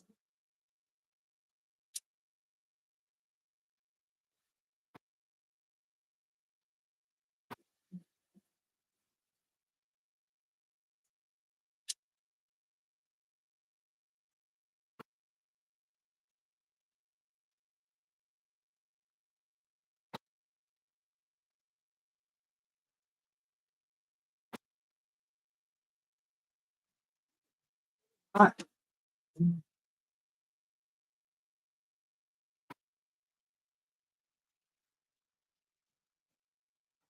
oh, you didn't see that. I just dropped some chocolate. Yeah.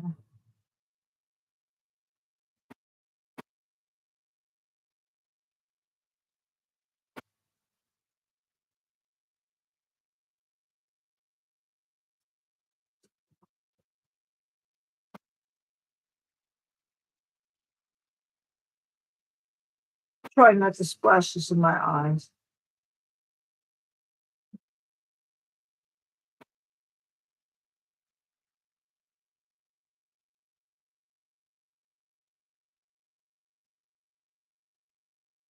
I can almost see why people like to sit in the chair and let somebody else do it.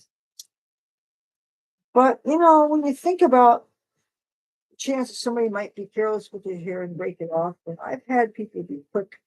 And with models, a lot of times they lose a lot of hair breaks off and end up wearing extensions and things because their hair is treated roughly. They brush it up real fast. They're treated like assembly line and backstage at fashion shows and things, and they treat their hair roughly and stuff. And they wear false eyelashes all the time, and you rip them out, and you rip out your natural lashes, and all this shit that people go through. And so that's another part of the reason why I don't like people fucking with my hair. I don't trust people with scissors. Ever since that first beauty school, I got a cheap haircut. I first got to Hollywood. They recut my guideline, cut 5 inches off the length of my hair. Poor as I pussy. And you sign something in the beginning when you go in there, so you can't do anything about it. And since I've gone to beauty school, I figure, since I was went to school for it, I would never fuck somebody up. I would never have done something like that. You trust somebody who's doing what you do. The Newberry School of Beauty.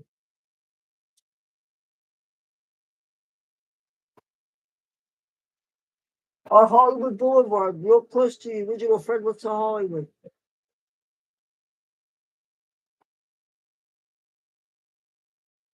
Stars, real close to there. Or no, not her star, but she wrote her name in cement and autographed it. Minnie Riperton, the girl that sang "Loving You." She's actually the mother of Maya Rudolph, the Saturday Night Live comedian. Did you know that?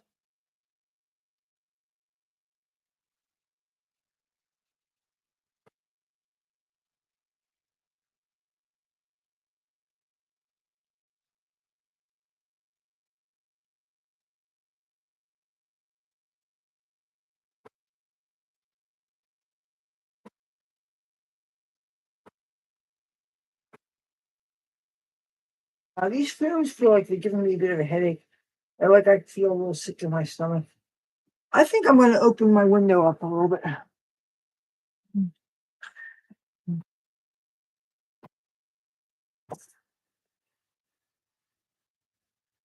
This stuff was supposed to have fumes. You know what?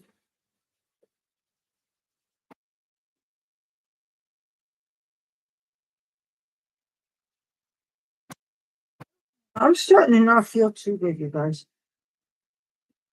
So I'm gonna step this up.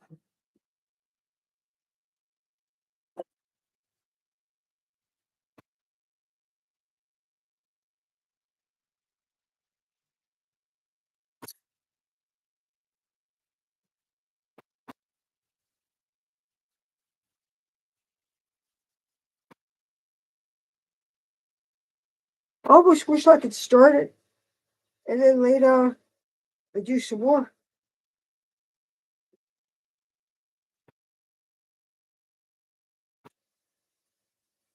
Hmm.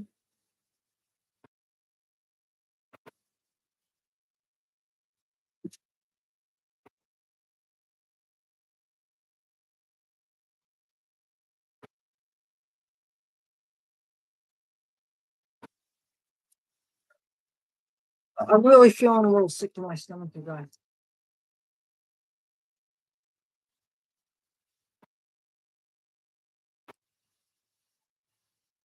Oh,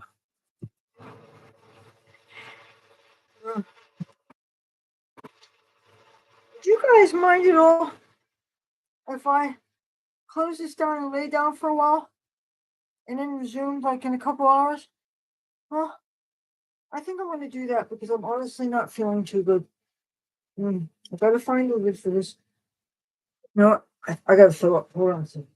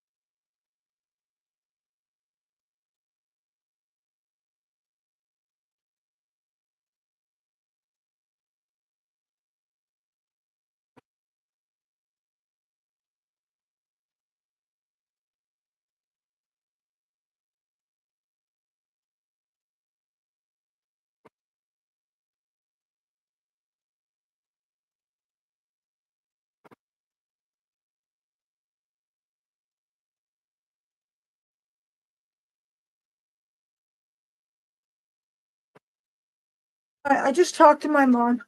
I didn't eat anything today except those few pieces of chocolate. And I threw up a little bit and it was liquid, but not very acidic. Um, and I peed. I'm sorry to give you all this TMI, but anyway, bottom line, and I'm kind of getting a little, I told you I'm getting a little sweaty, so I'm going to stop this and I'm going to lay down for an hour and maybe nibble on something. And then I'm going to turn this back on and I'm going to resume this, okay? So this is going on 3 hours and 52 minutes. And I can't imagine you're all staying for this whole thing.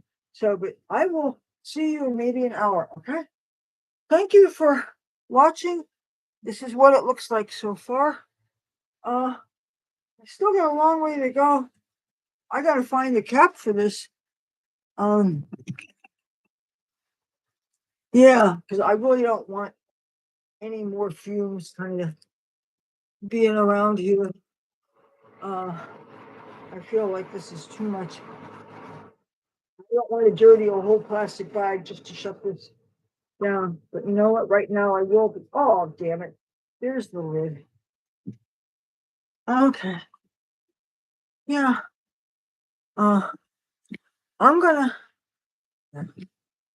Yeah. Oh, by the way, do you hear any crackling on my audio lately? Whenever I watch anything, listen to anything, even if it's not on other video, if it's on other video platforms, there's some crackling, and it happens now and then. And lately, it's been happening, and I just wondered.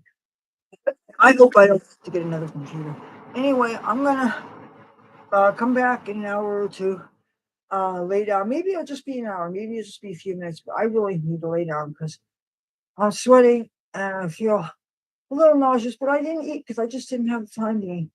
And so yeah, I gotta resume this. But the fumes, I got the window open about this long. I don't want the room to get totally cold. But and I don't want to open windows anymore in the house. I'll have the door open a little bit there. I'll talk to you guys in an hour. Thank you for watching my channel. I will talk to you. As a matter of fact, I will type.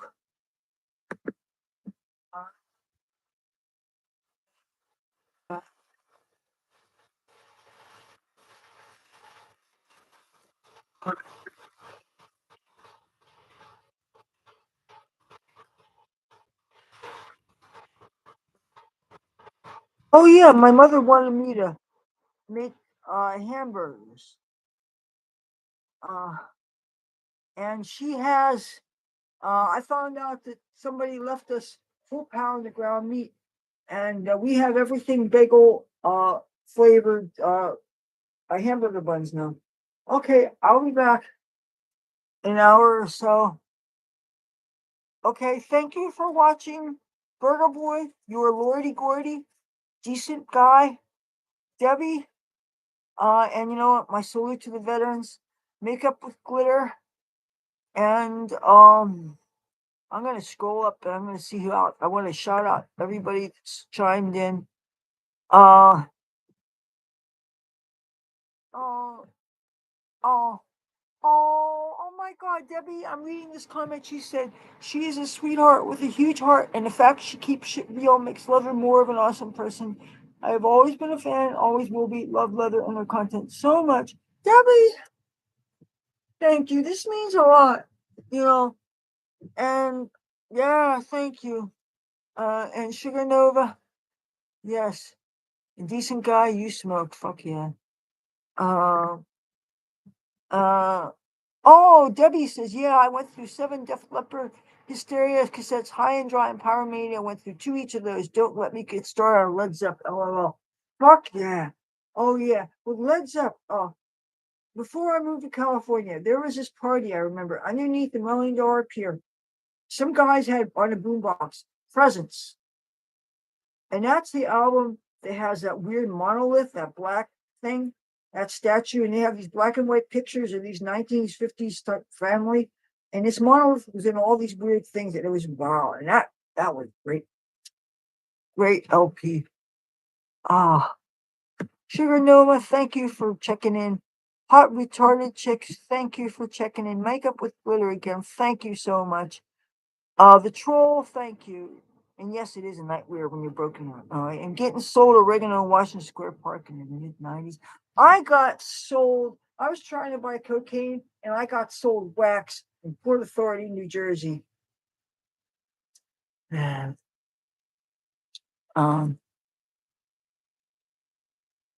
and yeah, and the Troll, thank you. Thank you for checking in. And Metal Hobbit, thank you. Thank you, everybody. And I will maybe see you in a couple hours. Okay. And congratulations on my 1,000 and you being there for me. Never thought I'd make it.